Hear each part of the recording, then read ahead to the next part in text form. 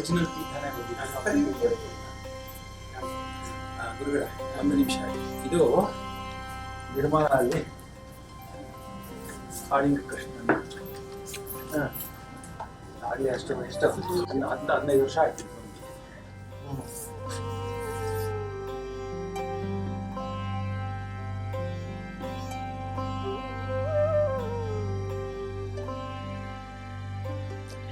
Namaste, I'm Nirmala Madhava. I'm welcoming Guruji, Dr. Shri Bananjay Govindacharya. It's our honor and blessings to have Guruji here with us. Please recite Guru Brahma, Guru Vishnu together. 1, 2, 3. Guru Brahma, Guru Vishnu, Guru Devo Maheshwara, Guru Sakshat Parabrahma, Tasmai Shri Guru Namaha.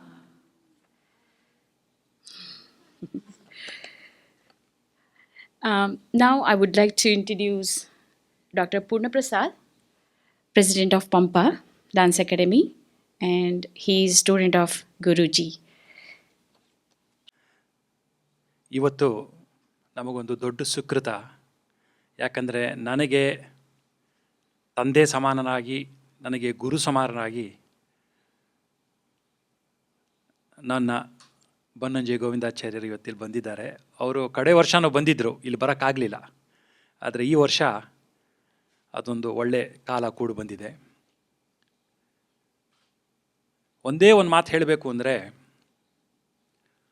ಗುರುಗಳು ನಮಗೇನು ಹೇಳ್ಕೊಟ್ಟಿದ್ದಾರೆ ಅಂದರೆ, ಅವರ ವಿದ್ಯಾರ್ಥಿಗಳಿಗೆ, ಅವ್ರ ಜೊತೆ ಸಾಧನೆ ಮಾಡ್ತಾ ಇರೋರಿಗೆ, ವಿದ್ಯಾ ಕಲಿತಾ ಇರೋರಿಗೆ ಪ್ರಾಮಾಣಿಕ ಇಲ್ಲದೆ ಇರುವಂಥ ಸಿದ್ಧಾಂತನೇ ಅಲ್ಲ.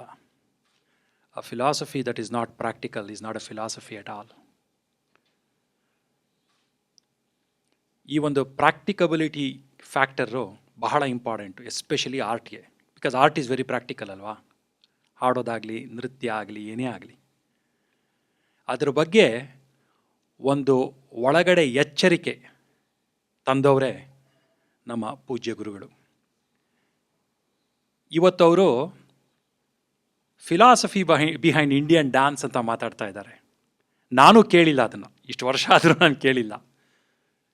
ಸೊ ನಾನು ನಿಮ್ಮ ಥರ ಇವತ್ತು ವಿದ್ಯಾರ್ಥಿಯಾಗಿ ಮುಂದೆ ಕೂತ್ಕೋತೀನಿ.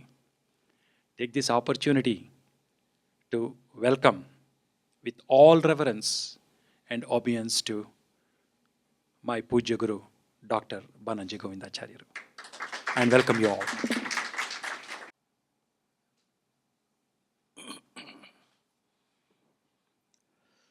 जयति पराशर सूनुः सत्यवती हृदय नंदनो व्यासः यस्य आस्य कमलगलितं वाङ्मयममृतं जगत्पिबति भुजगभोगाभमुद्यम्य हृद्यं निजभुजं दक्षिणं लक्षणाढ्यं ललितमुद्रिक्तविज्ञानमुद्रं भज भज अनन्तमित्यालपन्तं प्रणतवान् प्राणिनां प्राणभूतं प्रणतिभिः प्रीणये पूर्णबोधं भवदवोष्णेन तातप्यमानान् भुवि परं नाथम अप्रेक्षमाणान् भुवनमन्येन च अन्येन दोष्णा भवतु भीर्मा इति न सान्त्वयन्तम्. ನನ್ನ ಆತ್ಮೀಯ ಬಂಧುಗಳೇ, ನಾನು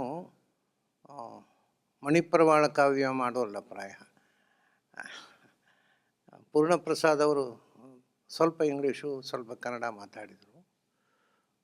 ಪ್ರಾಯ ಹಾಗೆ ಮಾಡಬಹುದೇನೋ, ಮಧ್ಯದಲ್ಲಿ ಗೊತ್ತಿಲ್ಲ ನನಗೆ, ಮಾತಾಡ್ತಾ. ಬಟ್ ನಾನು ಹೆಚ್ಚು ಕನ್ನಡದಲ್ಲಿ ಮಾತಾಡಲಿಕ್ಕೆ ಇಷ್ಟಪಡ್ತೇನೆ, ಯಾಕಂದ್ರೆ ನನ್ನ ಮಾತೃಭಾಷೆ. ಅದನ್ನು ಎಷ್ಟು ಸಾಧ್ಯವೋ ಅಷ್ಟು ಅಮೇರಿಕದ ನೆಲದಲ್ಲಿ ಕನ್ನಡದ ಕಂಪು ಹಬ್ಬಿಸಬೇಕು ಅಂತ ಬಂದವ ನಾನು. ಹಾಗಾಗಿ ನನ್ನ ಮಾತೃಭಾಷೆ ಕನ್ನಡ ಅಲ್ಲ, ನನ್ನ ಮಾತೃಭಾಷೆ ತುಳು. ನಾನು ಯಾವಾಗಲೂ ಹೇಳೋದುಂಟು, Tulu is my mother tongue and Kannada is my father tongue. ಯಾಕೆಂದ್ರೆ ನಮ್ಮ ಅಪ್ಪ ಯಾವಾಗಲೂ ಕನ್ನಡದಲ್ಲೇ ಮಾತಾಡ್ತಿದ್ರು ಅಮ್ಮನ ಹತ್ರ, ಅಮ್ಮ ಯಾವಾಗಲೂ ತುಳುವಿನಲ್ಲಿ ಉತ್ತರ ಕೊಡ್ತಿದ್ಲು. So my father tongue is Kannada and my tongue is Sanskrit. ನನ್ನ ಟಂಗು ಯಾರ ಹತ್ರವೂ ಮಾತಾಡಲಿಕ್ಕೆ ಉಪಯೋಗಕ್ಕೆ ಬೀಳೋಲ್ಲ. ಅದು ಯಾರಿಗೂ ಅರ್ಥ ಆಗೋಲ್ಲ. ಆದ್ದರಿಂದ ನನ್ನ ಭಾಷೆ ಬಿಟ್ಟು ನನ್ನ ಅಪ್ಪನ ಭಾಷೆಯಲ್ಲಿ ನಾನು ಮಾತಾಡೋದು, ಅಮ್ಮನ ಭಾಷೆಯೂ ಅಲ್ಲ. ಯಾಕೆಂದರೆ ತುಳು ಇಲ್ಲಿ ಮಾತಾಡ್ತಾರೆ ಪೂರ್ಣ ಯಾರಿಗೂ ಅರ್ಥ ಆಗೋಲ್ಲ. ಒಬ್ಬರಿಬ್ಬರು ಯಾರು ತುಳುವರು ಇದ್ದಾರೆ ನಾವು. ಹಾಗಾಗಿ ಮೂಲತಃ ಕನ್ನಡ ಭಾಷೆಯಲ್ಲಿ ಮಾತಾಡ್ತೇನೆ. ಕನ್ನಡ ಅರ್ಥ ಆಗದೇ ಇದ್ದವರು ಒಂದೆರಡು ಜನ ಕೈ ಎತ್ತಿದರು. ನೀವು ನಾಟ್ಯ ಕಲಿಯುವವರು, ಅದನ್ನು ನಾನು ಅಭಿನಯದಿಂದ ನಾನೇನು ಮಾತಾಡ್ತೀನಿ ಅದನ್ನು ಅರ್ಥ ಮಾಡಿಕೊಳ್ಳಿಕ್ಕೆ ಪ್ರಯತ್ನಿಸಿ. ಯಾಕೆಂದರೆ ಮಾತು ಪೂರ್ತಿ ಅರ್ಥ ಆಗೋದು ಅಭಿನಯದ ಮೂಲಕ, ಬರೀ ಶಬ್ದದ ಮೂಲಕ ಅಲ್ಲ. ಈ ಹಾವುಗಳಿಗೆ ಕಿವಿಯೇ ಇಲ್ಲ, ಆದರೂ ಅವು ಅರ್ಥ ಮಾಡಿಕೊಳ್ತಾವೆ ನಾವು ಏನು ಹೇಳಿದ್ದೇವೆ ಅಂತ, ಬರೀ ಆ ಸೌಂಡ್ ವೇವ್ಸ್ನ ಮೂಲಕ.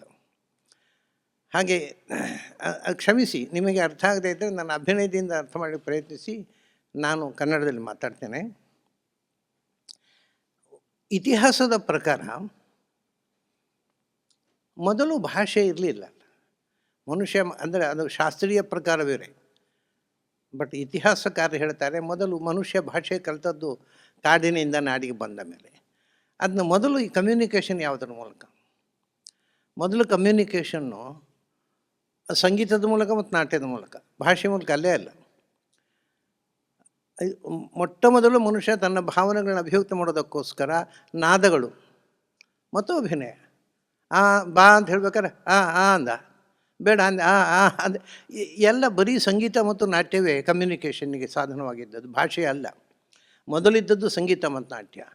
ಅದು ಕ್ರಮೇಣ ಭಾಷೆ ಬೆಳೆದಾಗ ಅದಕ್ಕೆ ಭಾಷೆಗೊಂದು ಚೌಕಟ್ಟು ಬಂತು, ಸಂಗೀತಕ್ಕೊಂದು ಚೌಕಟ್ಟು ಬಂತು, ನಾಟ್ಯಕ್ಕೊಂದು ಚೌಕಟ್ಟು ಬಂತು, ಅದಕ್ಕೊಂದು ಶಾಸ್ತ್ರ ನಿರ್ಮಾಣ ಆಯಿತು. ನನ್ನ ಅಭಿಪ್ರಾಯ ಏನು ಗೊತ್ತೋ, ಯಾವಾಗ ಒಂದು ಕಲೆಗೆ ಶಾಸ್ತ್ರ ನಿರ್ಮಾಣ ಆಯಿತು ಆವತ್ತು ಆ ಕಲೆ ನಾಶ ಆಯಿತು. ಯಾಕೆಂದರೆ ಅದರ ಕ್ರಿಯೇಟಿವಿಟಿ ಹೋಯಿತು, ಅದರ ಸ್ವಂತಿಕೆ ಹೋಯಿತು. ಆ ಚೌಕಟ್ಟಿನ ಒಳಗೆ ನಾವು ಒದ್ದಾಡಬೇಕು. ಅದರ ನಿಜವಾದ ಸ್ವಾತಂತ್ರ್ಯವನ್ನು ನಾವು ಶಾಸ್ತ್ರದ ಮೂಲಕ ಮುರಿತೇವೆ. ಈ ಅಲಂಕಾರ ಶಾಸ್ತ್ರ ಬಂತು, ಅಲಂಕಾರ ಶಾಸ್ತ್ರ ಬಂದು ಹೀಗೆ ವರ್ಣನೆ ಮಾಡಬೇಕು. ಆಮೇಲೆ ಕ್ರಿಯೇಟಿವಿಟಿ ಏನಿದೆ, ಕಣ್ಣನ್ನು ಹೀಗೆ ವರ್ಣನೆ ಮಾಡಬೇಕು, ಮೂಗನ್ನು ಹೀಗೆ ಒಂದು ಲಿಸ್ಟ್ ಮಾಡಿಬಿಟ್ರೆ ಮತ್ತು ಕವಿಗಳಿಗಿನ ಕೆಲಸ ಇದೆ. ಅಂದರೆ ನಾವು ಶಾಸ್ತ್ರದ ಚೌಕಟ್ಟು ಹಾಕುವ ಮೂಲಕ ಕಲೆಯ ಕ್ರಿಯೇಟಿವಿಟಿಯನ್ನು ನಾಶ ಮಾಡ್ತೇವೆ. ಆದರೆ ಬಹಳ ಜನ ವಿದ್ವಾಂಸರಿಗೆ ಇದು ಗೊತ್ತಿರೋದಿಲ್ಲ. ನಿಮ್ಗೆ ಗೊತ್ತಿದೆ, ಉಡುಪಿಯ ಲಕ್ಷ್ಮೀನಾರಾಯಣಾಚಾರ್ಯರು ನಮ್ಮ ನಿರ್ಮಲಾ ಅವರಿಗೂ ಗುರು. ಅವ್ರು ನನ್ನ ಬಾಲ್ಯದಲ್ಲಿಂದ ಪರಿಚಿತರು ನನಗೆ. ಅವರು ಮೊಟ್ಟ ಮೊದಲು ನಾಟ್ಯ ಪ್ರದರ್ಶನ ಮಾಡಲಿಕ್ಕೋಸ್ಕರ ಉಡುಪಿಗೆ ಬಂದಾಗ ಆ ನಾಟ್ಯದ ಹಿಂದೆ ಇರುವ ಅಧ್ಯಾತ್ಮವನ್ನು ಜನರಿಗೆ ತಿಳಿಸಬೇಕು ಅಂತ ಪ್ರತಿಯೊಂದು ನಾಟ್ಯದಲ್ಲಿ ಮೊದಲು ಅದು ಕಂಪೇರಿಂಗ್ ನಾನು ಮಾಡ್ತಿದ್ದೆ ಅವರ ಕಾರ್ಯಕ್ರಮಕ್ಕೆ. ಅದನ್ನು ಮೊದಲು ಇಂಟ್ರೊಡಕ್ಷನ್ ನಾನು ಕೊಡಬೇಕು. ಎಲ್ಲ ಕಡೆ ಬನ್ನಂಜಿಯವರು ಇಂಟ್ರೊಡಕ್ಷನ್ ಕೊಟ್ಟರೆ ಮಾತ್ರ ನಾನು ಡಾನ್ಸ್ ಮಾಡ್ತೀನಿ ಹೇಳ್ತಿದ್ದರು ಅವರು ಒಳ್ಳೆಯ ಕಲಾವಿದ. ಆದರೆ ಶಾಸ್ತ್ರದ ಚೌಕಟ್ಟು ಮೀರಿದ್ರೆ ಸಹಿಸ್ತಿರಲಿಲ್ಲ ಅವರು ಕೊನೆಯವರೆಗೆ ನನಗೆ ಚೌಕಟ್ಟನ್ನು ಮೀರುವುದರಿಂದ ಇಷ್ಟ, ನಿಯಮವನ್ನು ಉಲ್ಲಂಘನೆ ಮಾಡುವುದು ಭಾಳ ಇಷ್ಟ ನನಗೆ. ಅವರಿಗೆ ಶಾಸ್ತ್ರದ ಚೌಕಟ್ಟು ಮೀರಿದರೆ ತಡ್ಕೊಳ್ತಿರ್ಲಿಲ್ಲ ಅವರು, ಅಸಹ್ಯ ಅವರಿಗೆ. ಅದನ್ನು ಡಾನ್ಸ್ನಲ್ಲಿ ಒಂದು ಶಾಸ್ತ್ರೀಯ ಚೌಕಟ್ಟು ಅದನ್ನು ಮೀರಬಾರ್ದು. ಅಲ್ಲಿ ಮತ್ತು ನಮ್ಮ ಬೆಂಗಳೂರಿನೊಬ್ಬರು ಕಿಟ್ಟಿ ಮಾಸ್ಟರ್ ಅಂತ ಇದ್ದಾರೆ, ಅವರು ರುಕ್ಮಿಣಿ ಅರುಂಡೇಲ್ ಅವರ ಶಿಷ್ಯ. ಆ ರುಕ್ಮಿಣಿ ಅರುಂಡೇಲಿ ಹೇಗೆ ಡ್ಯಾನ್ಸ್ ಮಾಡ್ತಿದ್ರು ಹಾಗೆ ಚೂರು ವ್ಯತ್ಯಾಸ ಮಾಡಿಬಿಟ್ಟು ತಡ್ಕೊಳ್ಳೋದಿಲ್ಲ ಅವರು. ನನಗೆ ಕಷ್ಟ ಏನು ಅಂದರೆ ಹೀಗೆ ಈ ಆರ್ಟ್ ಅನ್ನೋದು ಬರೀ ಕಾಪಿಯಿಂಗ್ ಆಗ್ತಾ ಇದೆಯಲ್ಲ ಅಂತ, ಅದು ಬರೀ ಅದನ್ನು ಅನುವಾದ ಅಂತ ಮಾಡ್ತೇವಲ್ಲ ಹಾಗೆ ಅದು ಕಾಪಿ ಮಾಡ್ತಾ ಇದ್ದೇವೆ, ಕ್ರಿಯೇಟಿವಿಟಿ ಕಳ್ಕೊಳ್ತಾ ಇದ್ದೇವೆ. ಇರಲಿ ಅದು, ಆದರೆ ಅದು ಹೇಗೆ ಬೆಳೆಯಿತು, ಅದನ್ನು ವಾಸ್ತವಿಕವಾಗಿ ಇದಕ್ಕೂ ಫಿಲಾಸಫಿಗೂ ಹೇಗೆ ಸಂಬಂಧ ಬಂತು ಅಂದರೆ ನೋಡಿ, ನಮ್ಮಲ್ಲಿ ನಾಟ್ಯ ಸರಸ್ವತಿ ಇದ್ದಾಳೆ, ನಾಟ್ಯ ಗಣಪತಿ ಇದ್ದಾನೆ, ಶಿವನಂತೂ ಶಿವತಾಂಡವ ಅಂತ. ವಸ್ತುತಃ ತಾಂಡವನನ್ನು ಶಿವನ ತಲೆಗೆ ಕಟ್ಟಿದೆವು ನಾವು. ತಾಂಡವಕ್ಕೂ ಶಿವನಿಗೂ ಸಂಬಂಧ ಇಲ್ಲ. ನಿಜವಾಗಿ ತಾಂಡವ ಅನ್ನೋ ಶಬ್ದ ಬಂದು, ತಂಡು ಅನ್ನೊಬ್ಬ ವಿದ್ವಾಂಸ ಇದ್ದ.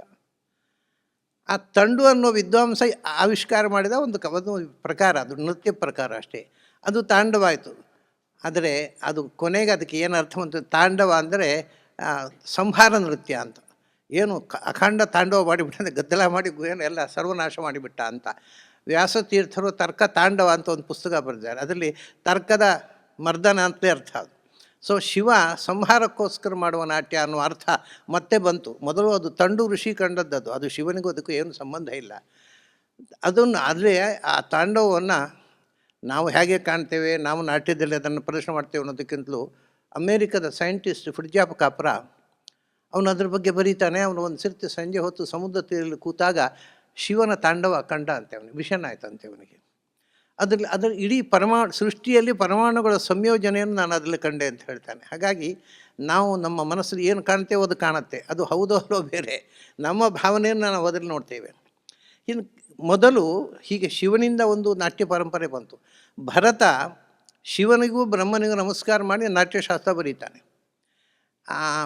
ಅವನು ವಿಷ್ಣುವನ್ನು ಉಲ್ಲೇಖವೇ ಮಾಡುವುದಿಲ್ಲ. ಅಂದರೆ ಪ್ರಾಯ ಭರತ ಅಂದರೆ ಯಾರು ಹಾಗೊಬ್ಬ ಇದ್ದನೋ ಅನ್ನೋದೇ ದೊಡ್ಡ ಡೌಟ್ಫುಲ್. ಈಗ ಆ ಹೆಸರನ್ನ ಒಬ್ಬ ಮುನಿ ಇದ್ನೋ ಅನ್ನೋದನ್ನು ಇವತ್ತಿಗೂ ತೀರ್ಮಾನ ಆಗಿಲ್ಲ. ಅವನು ಇದ್ದರೂ ಯಾವಾಗ ಇದ್ದ ಅಂತ ಕ್ರಿಸ್ತ ಶಕ 5ರಿಂದ ಕ್ರಿಸ್ತಪೂರ್ವ 5 ತನಕ ಹಿಡಿತಾ ಇದ್ದಾರೆ ವಿದ್ವಾಂಸಗಳನ್ನು. ಪ್ರಾಯ ಅವನು ಕ್ರಿಸ್ತ ಶಕ 3-4ರಲ್ಲಿ ಇದ್ದಿರಬೇಕು. ಯಾಕೆಂದರೆ ಕ್ರಿಸ್ತಪೂರ್ವದಲ್ಲಿ ಅಷ್ಟು ಪ್ರಬಲವಾಗಿರಲಿಲ್ಲ ಶೈವಿಸಮ್. ಅವನು ಶೈವಿಸಮ್ ಪ್ರಬಲವಾಗಿದ್ದಾಗ ಗ್ರಂಥ ಬರೆದ, ಅದಕ್ಕೆ ವ್ಯಾಖ್ಯಾನ ಬರೆದವನು ಮಹಾವೀರ ಶೈವ ಅಭಿನವಗುಪ್ತ. ಅವನು 11ನೇ ಶತಮಾನದಲ್ಲಿದ್ದವ. ಆದರೆ ನಿಜವಾಗಿ ಒಂದು ಕಡೆ ಶಿವನಿಂದ ನಾಟ್ಯ ಪ್ರಕಾರ ಬಂತು. ಅದರ ನಾಟ್ಯವನ್ನು ನಿಜವಾಗಿ ನಾಟ್ಯ ಅಂದರೆ ವಾಸ್ತವಿಕವಾಗಿ ಡಾನ್ಸ್ ಅಲ್ಲ. ಸಂಸ್ಕೃತದಲ್ಲಿ ಡಾನ್ಸಿಗೆ ನೃತ್ಯ ಅಥವಾ ನೃತ್ಯ ಅಂತಾರೆ.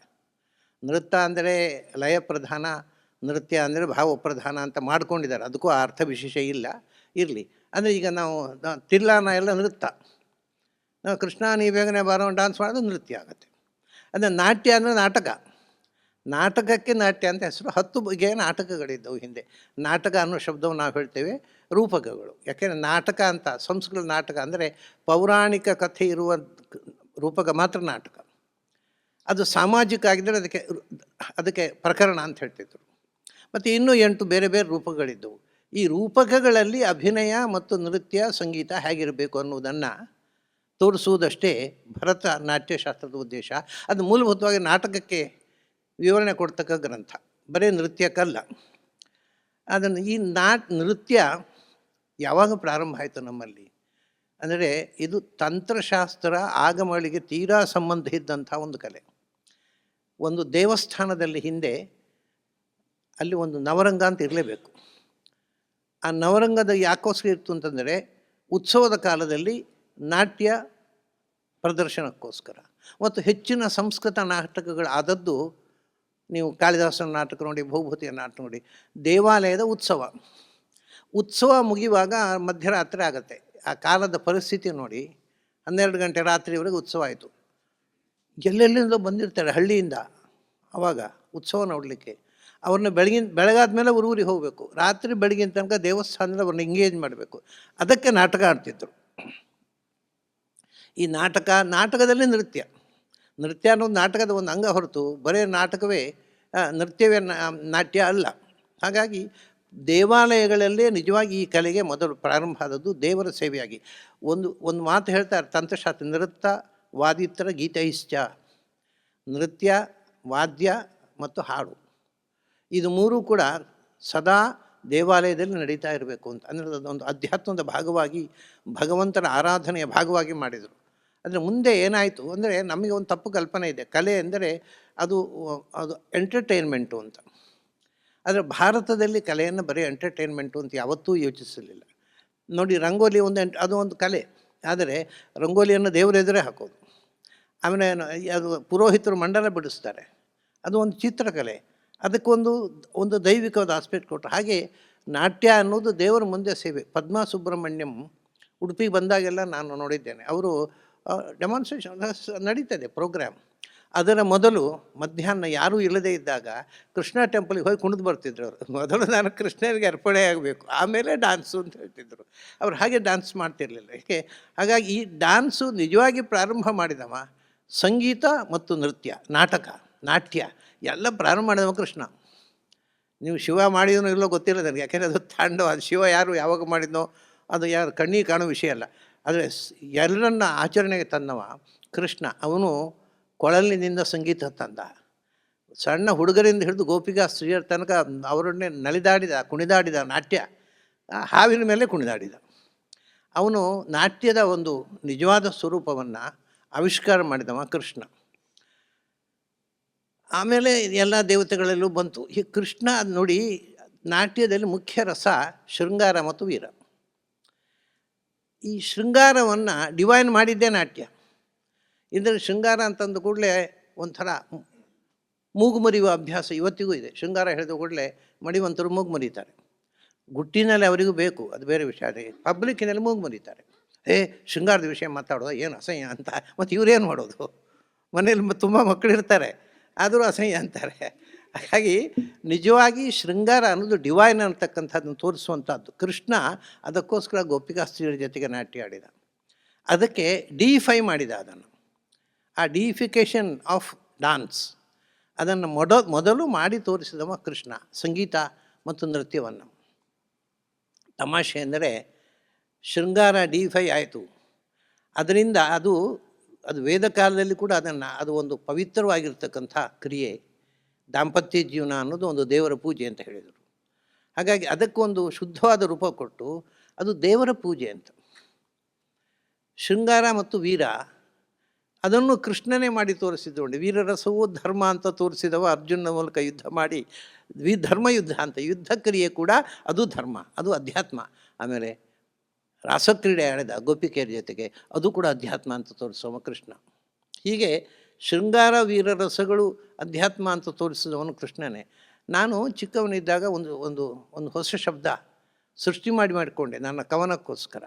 ಇಂಗ್ಲೀಷ್ನಲ್ಲಿ ಆ ಶಬ್ದ ಇಲ್ಲ ನಿಜವಾಗಿ, ಸೆಕ್ಸಾಸಫಿ ಅಂತ. ಸೆಕ್ಸಾಸಫಿ ಅಂತ ಇಂಗ್ಲೀಷ್ನಲ್ಲಿ ಇಲ್ಲ, ಸೆಕ್ಸಾಲಜಿ ಇದೆ. ಬಟ್ ನನಗೆ ಖಂಡಿತ ಅದು ಸಾಲದು ಅಂತ, ಬೇರೆ ಶಬ್ದ ಬೇಕು. ಸೊ ನಾನು ಒಂದು ಶಬ್ದ ಕಂಡುಕೊಂಡೆ ನನ್ನ ಭಾವನೆಗಳನ್ನ ಎಕ್ಸ್ಪ್ರೆಸ್ ಮಾಡಲಿಕ್ಕೆ, ಸೆಕ್ಸಾಸಫಿ ಅಂತ. ಅಂದರೆ sex with philosophy. So sex without philosophy is foolish, philosophy without sex is dry.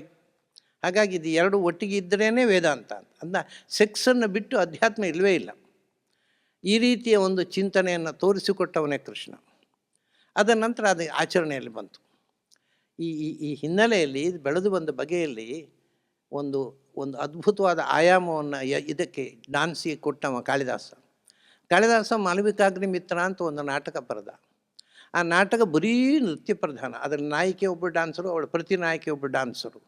ಆ ಡಾನ್ಸಿನ ಸ್ಪರ್ಧೆಯಲ್ಲೇ ನಾಟಕ ಮುಂದುವರಿಯುತ್ತೆ. ಬರೀ ನೃತ್ಯ ಪ್ರಧಾನವಾದ ನಾಟಕ ಅದು. ಅದರಲ್ಲಿ ಒಂದು ಮಾತು ಹೇಳ್ತಾನೆ ನಾಟ್ಯದ ಬಗ್ಗೆ. ಪ್ರಾಯ ಒಂದು ಅದ್ಭುತವಾದ ಒಳನೋಟ ಕೊಟ್ಟ ಕಾಳಿದಾಸ. ದೇವಾನಾಂ ಇದಂ ಆಮನಂತಿ ಮುನಯಃ ಕಾಂತಂ ಕರ್ತುಂ ಚಾಕ್ಷುಷಂ ಅಂತ. ಈ ನಾಟ್ಯ ಅಂತಂದರೆ ದೇವಾನಾಂ ಕಾಂತಂ ಕರ್ತುಂ, ಜ್ಞಾನಿಗಳು ಹೇಳ್ತಾರಂತೆ ಇದು ದೇವರಿಗೆ ನಾವು ಮಾಡತಕ್ಕಂಥ ಯಜ್ಞ ಅಂತ. ಯಜ್ಞ ಅಂದರೆ ಪೂಜೆ, ಇದು ದೇವರ ಪೂಜೆ. ಎಂಥದ್ದು? ಕಣ್ಣಿನ ಮೂಲಕ ಮಾಡುವ ಪೂಜೆ ಅಂತ. ಕಾಂತಂ ಕರ್ತುಂ ಚಾಕ್ಷುಷಂ. ಅದನ್ನು ನಾವು ಒಂದು ನಾಟ್ಯವನ್ನು ನೋಡುವುದು ಅಂದರೆ ಒಬ್ಬ ಕಲಾವಿದನಲ್ಲಿ ಅಥವಾ ಕಲಾವಿದೆಯಲ್ಲಿ ಇರತಕ್ಕಂಥ ಆ ಡಿವೈನ್ ಎನರ್ಜಿ ಏನಿದೆ ಅದನ್ನು ನೋಡಿ ಭಗವಂತನಿಗೆ ಅರ್ಪಿಸುವುದು, ಅದು ಒಂದು ಪೂಜೆ ಅಂತ.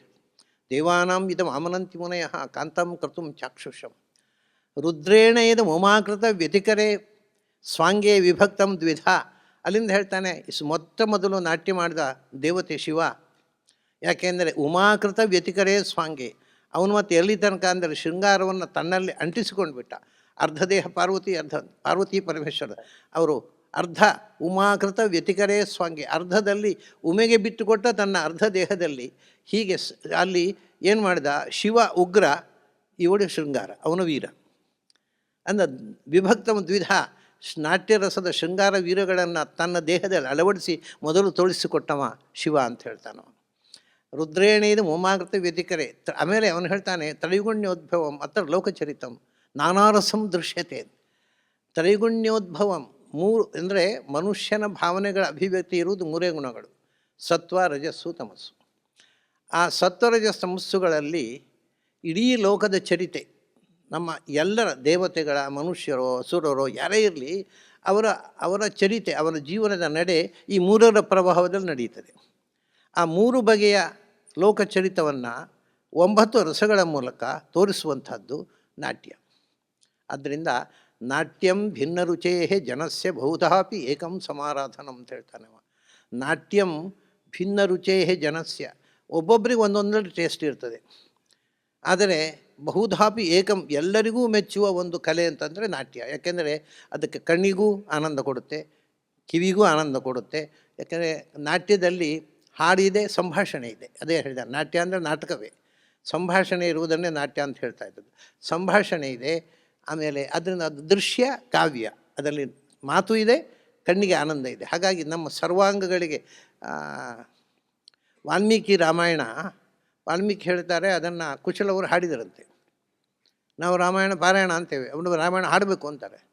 ತಂತ್ರೀಲಯ ಸಮನ್ವಿತಂ ಅಂತ ವೀಣೆಯಲ್ಲಿ ತಂತ್ರೀಯ ಲಯದಲ್ಲಿ ತಂಬೂರಿಯಲ್ಲಿ ಶ್ರುತಿ ಹಿಡಿದು ರಾಮಾಯಣ ಹಾಡ್ತಿದ್ರಂತೆ ಹುಡುಗರು.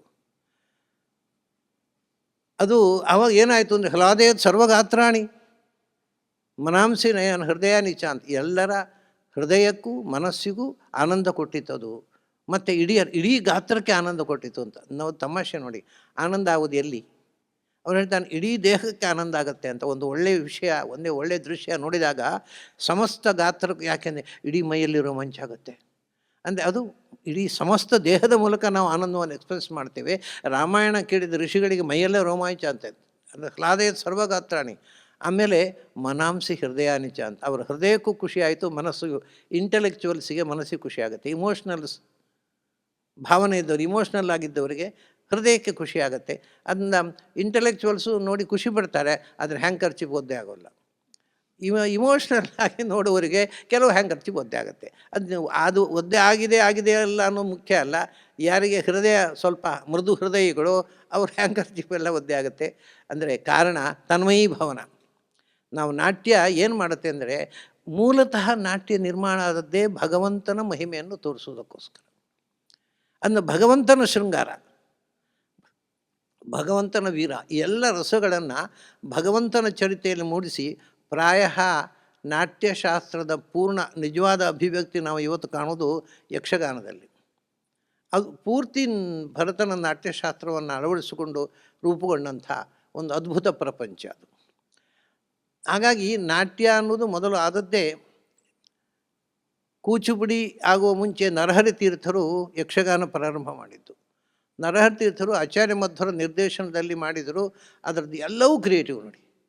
ಕಾಸ್ಟ್ಯೂಮ್ ಅದರಂತೆ ಎಲ್ಲೂ ಇಲ್ಲ, ಅದಕ್ಕೆ ಉಪಯೋಗಿಸೋ ಇನ್ಸ್ಟ್ರೂಮೆಂಟ್ ಬೇರೆ ಎಲ್ಲಿ ಇಲ್ಲ. ಅದಕ್ಕೆ ಹಾಡುವ ಹಾಡು ಅದು ಗಂಧರ್ವಗಾನ ಆಗಬಾರ್ದು ಅಂತ ಯಕ್ಷಗಾನ ಅಂತ ಬೇರೆ ಟ್ಯೂನ್ ಕೊಟ್ಟೋದಕ್ಕೆ.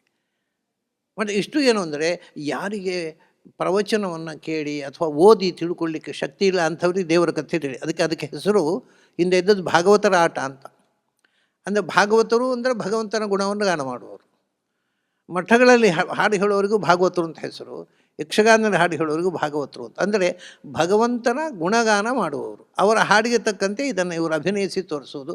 ಅದರಿಂದ ಏನು ಅಂದರೆ, ಮಮ್ಮಟ ಹೇಳ್ತಾನೆ, ಯಶಸ್ಸೇ ಅರ್ಥಕತೆ ಕಾವ್ಯಂ ಯಶಸ್ಸೇ ಅರ್ಥಕತೆ ವ್ಯವಹಾರ ವಿದೇ ಗುಣೇತರಕ್ಷತೆ ಸದ್ಯ ಪರನಿರ್ವೃತೆ ಕಾಂತಾ ಸಂಹಿತತೆಯೋಪದೇಶ ಯುಜೆ ಅಂತ. ಒಂದು ಕಾವ್ಯ ಅಂದರೆ ಶ್ರಾವ್ಯ ಕಾವ್ಯ, ನಾಟಕವು ಸೇರಿತು. ನಾಟಕ ಅಥವಾ ನಾಟ್ಯ ಏನು ಮಾಡುತ್ತೆ ಅಂದರೆ, ಅವನು ಲೌಕಿಕವಾಗಿ ಯಶಸ್ಸು ಕೊಡುತ್ತೆ, ಜನರು ಖುಷಿ ಪಡ್ತಾರೆ, ಹೊಗಳ್ತಾರೆ, ಕೀರ್ತಿ ಬರುತ್ತೆ. ಅದು ದೊಡ್ಡ ಸಂಗತಿ ಅಲ್ಲ.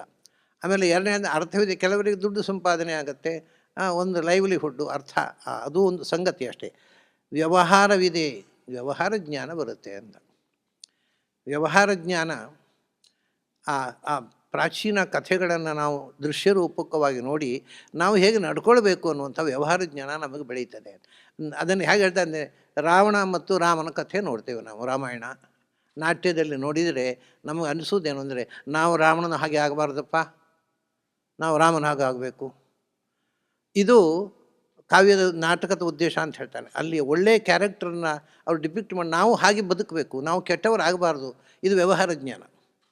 ಆಮೇಲೆ ತುಂಬ ಒಳ್ಳೆಯ ಮಾತು ಹೇಳ್ತಾನೆ, ಶಿವೇತರ ಕ್ಷತೆ ಅಂತ. ಯಾವುದೇ ಕೆಡುಕುಗಳು ಇದ್ದರೆ ಅದೊಂದು ದೇವರಿಗೆ ಮಾಂಗಲಿಕವಾದ ಪೂಜೆ. ಏನು ಕೆಟ್ಟತನ ಇದ್ದರೂ ಪರಿಹಾರ ಆಗುತ್ತೆ ಒಂದು ನೃತ್ಯದಿಂದ. ಸದ್ಯ ಪರನಿರ್ವೃತಯೇ ಅಂತ, ತಕ್ಷಣ ಆನಂದ, ಅದು ಬ್ರಹ್ಮಾನಂದ ಅಂತ ಹೇಳ್ತಾನೆ ಅವನು. ಸದ್ಯ ಬ್ರಹ್ಮಾನಂದ.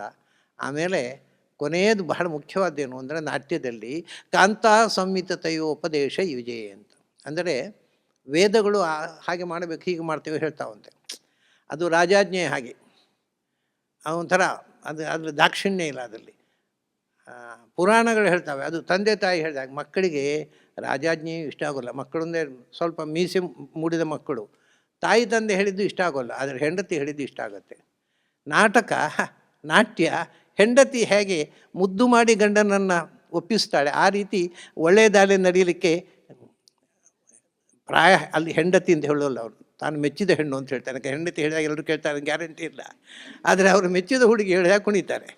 ಅಂದರೆ ಕಾಂತಾಸ್ವಾಮಿ ತಾನು ಪ್ರೀತಿಸಿದ ಹೆಣ್ಣು ಹೇಗೆ ಗಂಡನ್ನು ಪರಿವರ್ತನೆ ಮಾಡುತ್ತೆ ತನಗೆ ಬೇಕಾದ ಹಾಗೆ, ಆ ರೀತಿ ನಾಟ್ಯ ಒಳ್ಳೆಯ ದಾರಿಗೆ ನಮ್ಮನ್ನು ಹಚ್ಚಲಿಕ್ಕೆ ಅದು ಪ್ರೇಯಸಿಯಂತೆ ನಮ್ಮನ್ನು ಪ್ರೀತಿಯಿಂದ ಪರಿವರ್ತನೆ ಮಾಡ್ತದೆ ಅಂತ. ಇದೆಲ್ಲ ಅದರಿಂದ ಎಲ್ಲವೂ ಕೂಡ ಅದು ಕೊನೆಯ ಗುರಿ, ಎಲ್ಲ ಕಲೆಗಳ ಕೊನೆಯ ಗುರಿ ಮೋಕ್ಷ ಅಂದರು. ಅದು ಮೋಕ್ಷಕ್ಕೆ ಸಾಧನೆ ಹೊರತು ಬರೀ ಐಹಿಕವಾದ ದೃಷ್ಟಿಯಿಂದ ಅದನ್ನು ನೋಡಬೇಡಿ ಕಲೆಯನ್ನು.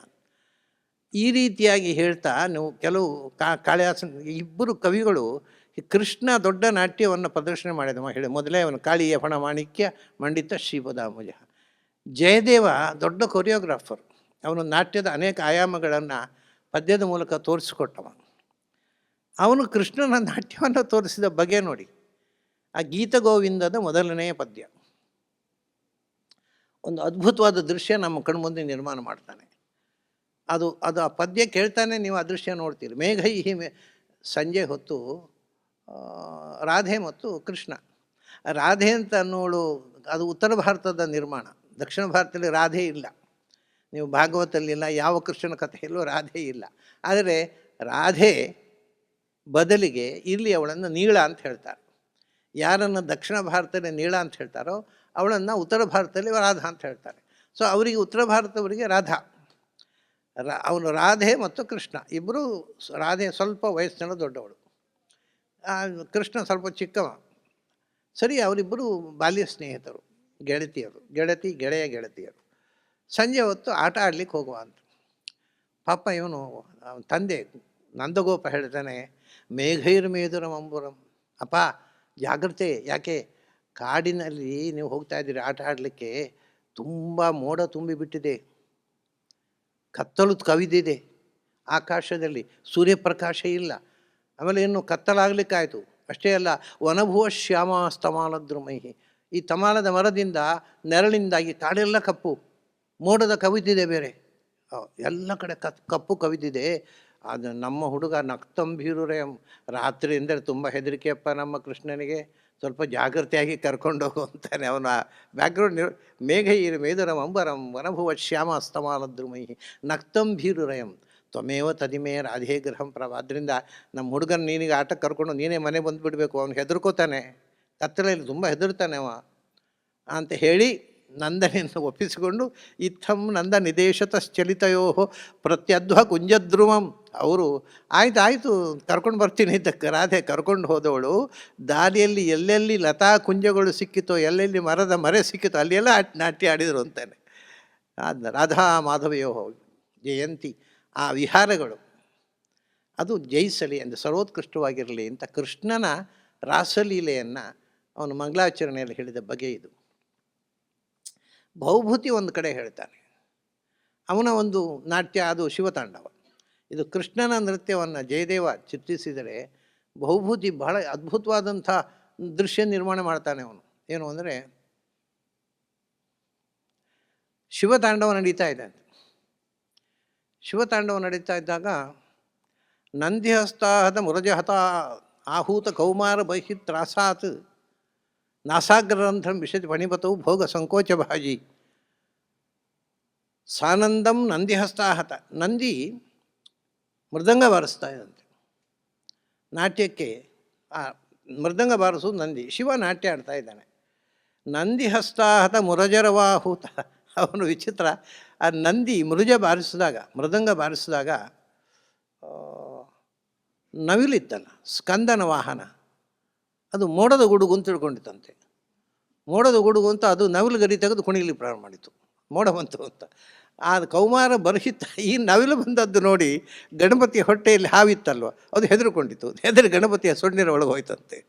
ಅವನು ಚಿತ್ರಣ ಮಾಡೋ ಕವಿಗಳ ಒಂದು ನಂದಿಹಸ್ತಾಹತ ಮುರಜರವಾಹೂತ ಕೌಮಾರ ಬರಹಿತ್ರಾಸ ನಾಸಾಗ್ರಹರಂತರ ವಿಣ ಅಷ್ಟಾತ್ತಕ್ಷ ಇವನು ಮೂಗಿನೊಳಗೆ ಏನೋ ಹೋಯ್ತಲ್ಲ, ಅದು ಸೊಂಡಿಲು ಜಾಡಿಸಿದ ಭೋಗ ಸಂಕೋಚ ಬಾಜಿ. ಅವನು ಮೂಗು ಜಾಡಿಸಿದಾಗ ಅವನ ಗಂಡಸ್ಥಳದಲ್ಲಿ ಆ ಮದರಸವನ್ನು ಪಾನ ಮಾಡಲಿಕ್ಕೋಸ್ಕರ ದುಂಬಿಗಳು ಕೂತಿದ್ದವಂತೆ. ಅವೆಲ್ಲ ಗುಯ್ಯಿ ಅಂತ ಸುತ್ತ ಹಾರಾಡಿದವು. ಇಡೀ ಒಂದು ಸಂಗೀತಮಯವಾದ ಪ್ರಪಂಚ ನಿರ್ಮಾಣ ಮಾಡಿದನು. ತ್ರಾಸಾನ್ನಾಸಾಗ್ರ ರಂಧ್ರಂ ವಿಶತಿ ಫಣಿಪತೌ ಭೋಗ ಸಂಕೋಚ ಪಾಜಿ ಗಂಡೋಡ್ಡೀನಾಲಿಮಾಲ ಮುಖರಿತ ಕಗುಭ. ಅವು ಎಲ್ಲ ಕಡೆ ಸುತ್ತ ಗುಯ್ ಅಂತ ಭೃಂಗಗಳು ಹಾರಾಡಿ ತೂರಾಡಿ ಗಾನ ಎಬ್ಬಿಸಿಬಿಟ್ಟವು. ಅಂಥ ತಾಂಡವೇ ಶೂಲಪಾಣೇ ವೈನಾಯಕ್ಯ ಚಿರಂಬ ವದನ ವಿಧಿತಯ ಪಾಂತು ಚಿತ್ಕಾರವತ್ಯ ಅಂತ. ಹೀಗೆ ಅವನ ಚೀತ್ಕಾರ ಜೊತೆಗೆ ಒಳಗೆ ಹಾವು ತುಂಬಿದಲ್ಲ, ಅವನು ಚೀತ್ಕರಿಸ್ತಾ ಇದ್ದಾನೆ, ತಲೆ ಜಾಡಿಸ್ತಾ ಇದ್ದಾನೆ.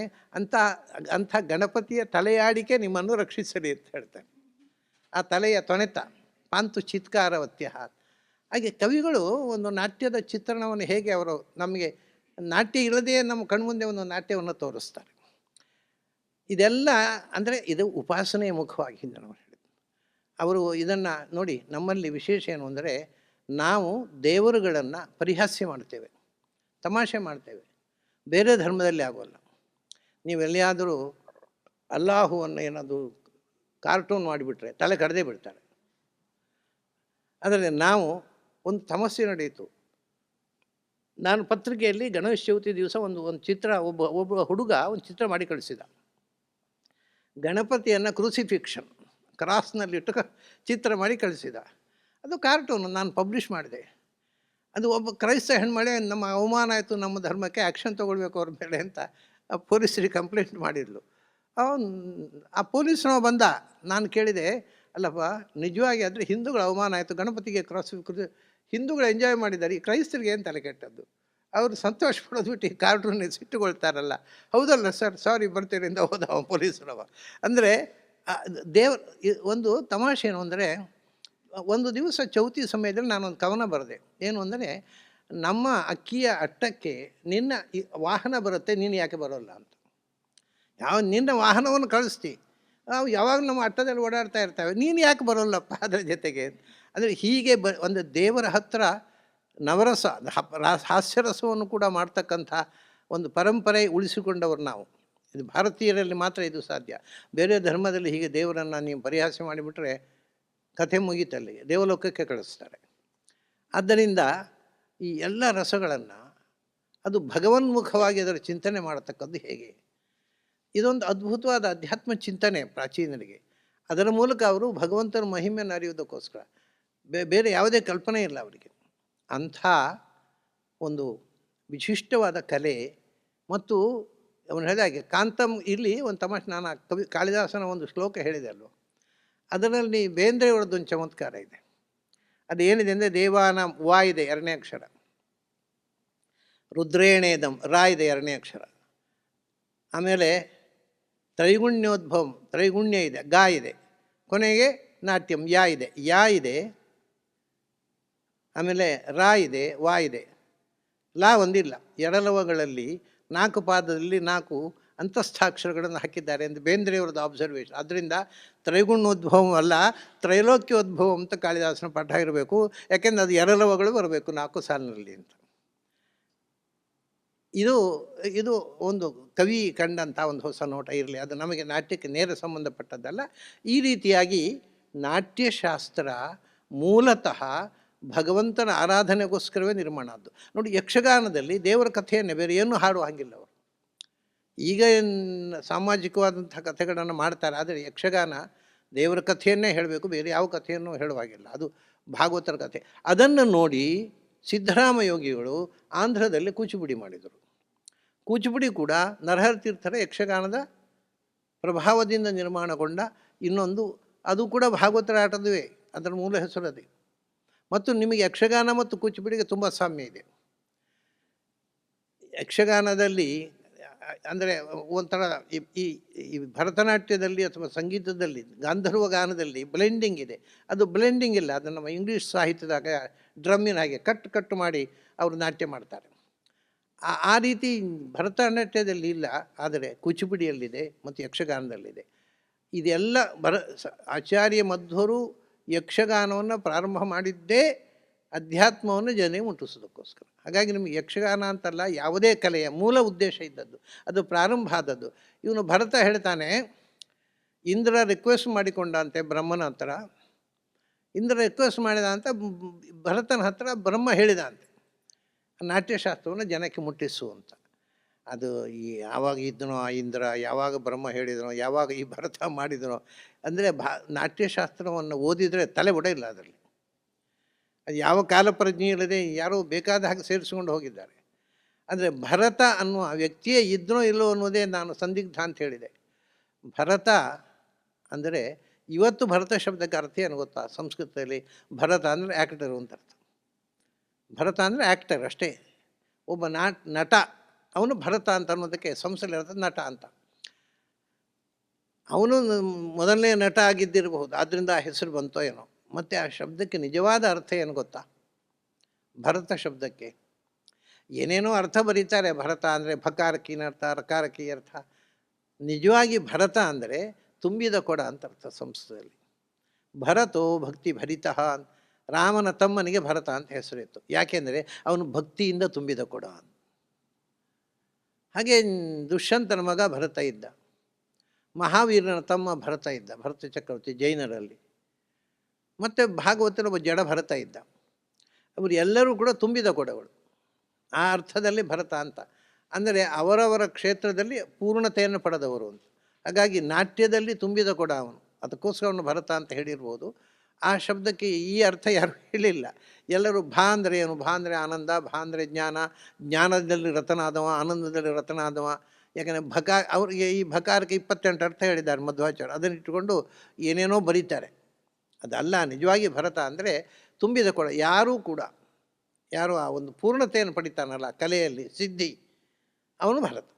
ಅದು ಸಾಹಿತ್ಯ ಇರ್ಬೋದು, ಸಂಗೀತ ಇರ್ಬೋದು, ನಾಟ್ಯ ಇರ್ಬೋದು. ಅವನು ಸಾಹಿತ್ಯದಲ್ಲಿ ಭರತ, ಅವನು ಸಂಗೀತದಲ್ಲಿ ಭರತ, ಅವನು ನಾಟ್ಯದಲ್ಲಿ ಭರತ. ಅವನು ಇನ್ನೊಂದು ತಮಾಷೆ ಏನು ಅಂದರೆ, ಭರತ ಬರೆದದ್ದು ಭಾಳ ಹಿಂದೆ. ಅವನು ಒಂದು ಮಾತು ಹೇಳ್ತಾನೆ, ಹಿಂದೆ ಹೇಳಿದ್ದನ್ನು ಶಾಸ್ತ್ರದ ಚಕಾರವನ್ನು ಬದಲಿಸಬಾರದು ಅಂತ ವಾದ ಮಾಡ್ತಾರಲ್ಲ ಸಂಪ್ರದಾಯವಾದಿಗಳು. ಆದರೆ ಭರತ ಏನು ಹೇಳ್ತಾನೆ ಗೊತ್ತಾ? ನೀವು ಯಾವ ಕಾಲದಲ್ಲಿ ಯಾವ್ಯಾವ ದೇಶದಲ್ಲಿ ವೇಷಭೂಷಣಗಳು ಬದಲಾಯಿತೋ ಅದಕ್ಕೆ ತಕ್ಕಂತೆ ವೇಷಭೂಷಣಗಳು ಬದಲಾಯಿಸಿಕೊಳ್ಳಿ ಅಂತ ಹೇಳ್ತಾನೆ. ನಾನು ಹೇಳಿದಂತೆ ಮಾಡಬೇಡಿ ಅಂತ ಹೇಳ್ತಾನೆ. ಯಾಕೆಂದರೆ ಅದು ಸಾಮಾಜಿಕ ಆಗುವಾಗ, ಪೌರಾಣಿಕದಲ್ಲಿ ಬೇರೆ ವಿಷಯ, ಸಾಮಾಜಿಕ ಆಗುವಾಗ ನಾವು ಈ ಹಿಂದೆ ಏನಿತ್ತು ಅದೇ ವೇಷ ಈಗ ಹಾಕಿದರೆ ಈಗದ ವೇಷಭೂಷಣವನ್ನು ಅನುಸರಿಸಬೇಕಾಗತ್ತೆ. ಹಾಗಾಗಿ ಯಾವ ಕಾಲ ಯಾವ ದೇಶದಲ್ಲಿ ಏನು ವೇಷಭೂಷಣ ಇತ್ತೋ ಅದನ್ನು ಅಡಾಪ್ಟ್ ಮಾಡಿಕೊಳ್ಳಿ ಅಂತ ಹೇಳ್ತಾನೆ. ಆದರೆ ಅವನು ಆಮೇಲೆ ಕೆಲವು, ಅದು ಒಂದೇ ಅಲ್ಲ, ಅವನು ಒಟ್ಟಿಗೆ ರಸ, ನಮಗೀಗ ನವರಸ ಅಂತ ಹೇಳ್ತೇವೆ ನಾವು. ಅವನು 8 ರಸ ಹೇಳೋದು: ಶೃಂಗಾರ, ಹಾಸ್ಯ, ಕರುಣ, ವೀರ, ರೌದ್ರ, ಭಯಾನಕ, ಬೀಭತ್ಸ, ಅದ್ಭುತ. ಶಾಂತಿ ರಸವನ್ನೇ ಹೇಳೋಲ್ಲ.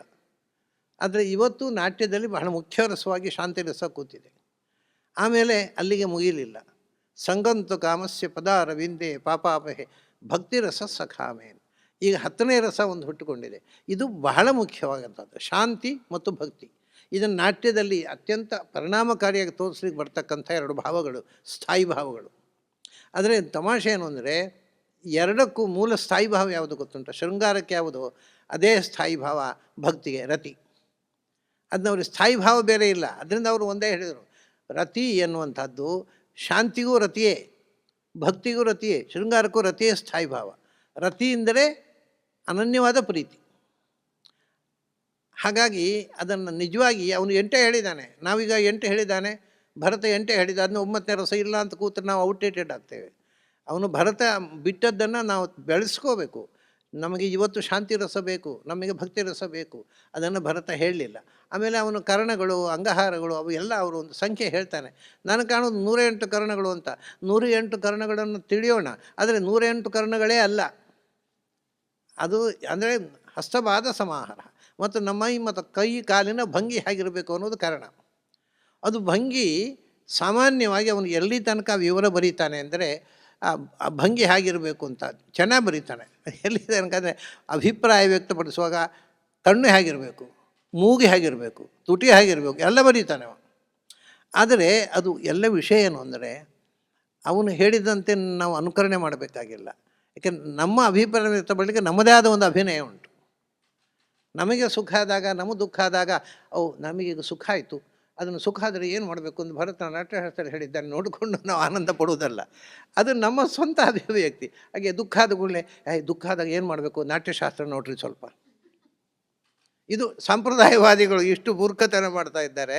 ಭರತನ ನಾಟ್ಯಶಾಸ್ತ್ರದಲ್ಲಿ ಅವನಿಗೆ ತಿಳಿದಂಥ ಪ್ರಕಾರಗಳನ್ನೆಲ್ಲ ಹೇಳಿದ್ದಾನೆ. ನಾವು ಅದಕ್ಕೆ ಇನ್ನೂ ಸೇರಿಸಬೇಕಾದದ್ದಿದೆ. ಭರತನಾಟ್ಯಶಾಸ್ತ್ರ ಇವತ್ತಿಗೂ ಅಸಮಗ್ರ, ಮತ್ತು ಅದರ ಎಷ್ಟೋ ಶ್ಲೋಕಗಳು ಯದ್ವಾ ತದ್ವಾ ಆಗಿಬಿಟ್ಟಿದ್ದಾವೆ. ಯಾರ್ಯಾರೋ ಪ್ರತೀತಿಗೆ ಅವರು ಸೇರಿಸಿ, ಮತ್ತು ಅದರ ಎಷ್ಟೋ ಶಬ್ದಗಳು ಇವತ್ತಿಗೂ ಅರ್ಥ ಆಗೋದಿಲ್ಲ. ಅಲ್ಲಿ ಒಂದು ಕಡೆ ಅವನು ಹೇಳ್ತಾನೆ ಜರ್ಜರ ಪೂಜೆ ಅಂತ. ಅದು ಜರ್ಜರ ಅಂದರೆ ಏನು ಅಂತ ಇವತ್ತಿಗೂ ಗೊತ್ತಿಲ್ಲ ಯಾರಿಗೂ. ಎಲ್ಲ ಜರ್ಜರ ಪೂಜೆ ಅಂತ. ಆದರೆ ವಿಗ್ರಹ ಪರಿಹಾರಕ್ಕೂ ಆಗ ನಾವಿವತ್ತು ಜರ್ಜರ ಪೂಜೆ ಅಂದರೆ ಗಣಪತಿಯ ವಿಗ್ರಹ ಇಟ್ಟು ಪೂಜೆ ಮಾಡ್ತೇವೆ. ಅವನು ಗಣಪತಿಯನ್ನು ಹೇಳೋದೇ ಇಲ್ಲ, ಜರ್ಜರ ಪೂಜೆ ಅಂತಾನೆ. ಅವನು ಯಾವ ವ್ಯಾಖ್ಯಾನಕಾರರಿಗೂ ಅಂದರೆ 11ನೇ ಶತಮಾನದಲ್ಲೇ ಆ ಶಬ್ದ ಅರ್ಥ ಮರೆತು ಹೋಗಿದೆ. ಜರ್ಜರ ಪೂಜೆ ಅಂದರೆ ಏನು ಡಿಕ್ಷನರಿಯಲ್ಲಿಲ್ಲ. ಅದು ವಿಘ್ನ ಪರಿಹಾರಕವಾದ ದೇವತೆ ಅಂತ ಇಷ್ಟ ಅರ್ಥ ಆಗುತ್ತೆ ಅವನ ಡಿಸ್ಕ್ರಿಪ್ಷನ್. ಆದ್ದರಿಂದ ನಾವು ಗಣಪತಿಯನ್ನೇ ಜರ್ಜರ ಅಂತ ತಿಳ್ಕೊಬೇಕಷ್ಟೇ. ಅದು ಆ ಶಬ್ದ ಯಾವುದೋ ಒಂದು ಬೇರೆ ಒಂದು ದೇವತೆ ಇದ್ದ ಹಾಗಿದೆ. ಅದು ಏನು ಅಂತ ಇವತ್ತಿಗೂ ಗೊತ್ತಾಗೋಲ್ಲ. ಅದನ್ನು ಏನು ಅವನು ಏನು ಹೇಳಿದ್ದಾನೆ ಅನ್ನೋದು ಮುಖ್ಯ ಅಲ್ಲ, ಅದರ ಸ್ಪಿರಿಟ್ ತೊಗೊಂಡು ನಾವು ಇವತ್ತು ಅದನ್ನು ಬೆಳೆಸಬೇಕು. ಇವಾಗ ತಂತ್ರಶಾಸ್ತ್ರದಲ್ಲಿ ಮುದ್ರೆಗಳಿವೆ, ಬರೀ ದೇವತಾರಾಧನೆಗೆ ಉಪಯೋಗವಾಗುವಂಥ ಮುದ್ರೆಗಳು. ಅದರಲ್ಲಿ ಎಷ್ಟೋ ಅಪೂರ್ವ ಮುದ್ರೆಗಳಿವೆ. ಅದನ್ನು ನಾವು ಆ ನಾಟ್ಯದಲ್ಲಿ ಅಳವಡಿಸಿಕೊಡ್ಬೇಕು. ನೋಡಿ, ತಂತ್ರಶಾಸ್ತ್ರ ಈಗ ಉದಾಹರಣೆಗೆ ಅಮೃತೀಕರಣಾರ್ಥಂ ದೇನು ಮುದ್ರಾಂ ಪ್ರದರ್ಶಯಾಮಿ. ನಾವು ದೇವರಿಗೆ ಹಾಲು ಸಮರ್ಪಣೆ ಅಥವಾ ನೈವೇದ್ಯ ಸಮರ್ಪಣೆ ಮಾಡುವಾಗ ಆ ನೈವೇದ್ಯದಲ್ಲಿ ವಿಷ ಏನಾದರೂ ಸೇರಿದರೆ ಅಕಸ್ಮಾತ್ ಗೊತ್ತಿಲ್ಲದೆ ಏನು ಫುಡ್ ಪಾಯ್ಸನಿಂಗ್ ಎಲ್ಲಿಯೂ ಆಗುತ್ತೆ. ಅಂಗಡಿಯಿಂದ ಸಾಮಾನು ತಂದರೆ ಎಲ್ಲ ಬೇಡವಾದ ಅದಕ್ಕೆ ಮಿಕ್ಸ್ ಮಾಡಿರ್ತಾರೆ. ನಾವು ಎಲೋಪತಿ ಶಾಪಿನಿಂದ ಮೆಡಿಸಿನ್ ತಂದರೆ ಅಲ್ಲೆಲ್ಲ ಮೆಡಿಸಿನ್ ಇರ್ತದೆ, ಹೊರಗಿನ ಬೋರ್ಡ್ ಇರೋದು ಪಾಯ್ಸನ್ ಅಂತ. ಅವ್ರಿಗೆ ಗೊತ್ತಿದೆ ಇದು ಸ್ಮಾಲ್ ಡೋಸೇಜ್ ಆಫ್ ಪಾಯ್ಸನ್, ಇದು ಸ್ಲೋ ಕಿಲ್ಲಿಂಗ್ ಪಾಯ್ಸನ್. ಇದು ನೀವು ಒಮ್ಮೆಗೆ ಸಾಯಬಾರ್ದು, ನಿಮ್ಮನ್ನು ಬದುಕಿಸ್ತೇವೆ, ಚೂರೇ ಸಾಯಬೇಕು ನೀವು ಅಂತ. ಅದಕ್ಕೆ ಎಲ್ಲ ಅಂಗಡಿಯಲ್ಲಿ ಮದ್ದಿಟ್ಟಿರ್ತಾರೆ. ಅದು ಹೊರಗೆ ಬರೀತಾರೆ ಪಾಯ್ಸನ್, ಮೆಡಿಸಿನ್ ಬರೆಯೋಲ್ಲ, ಯಾಕೆಂದರೆ ಅದರಲ್ಲಿ ಪಾಯ್ಸನ್ ಅಂಶ ಗೊತ್ತಿದೆ ಅವರಿಗೆ.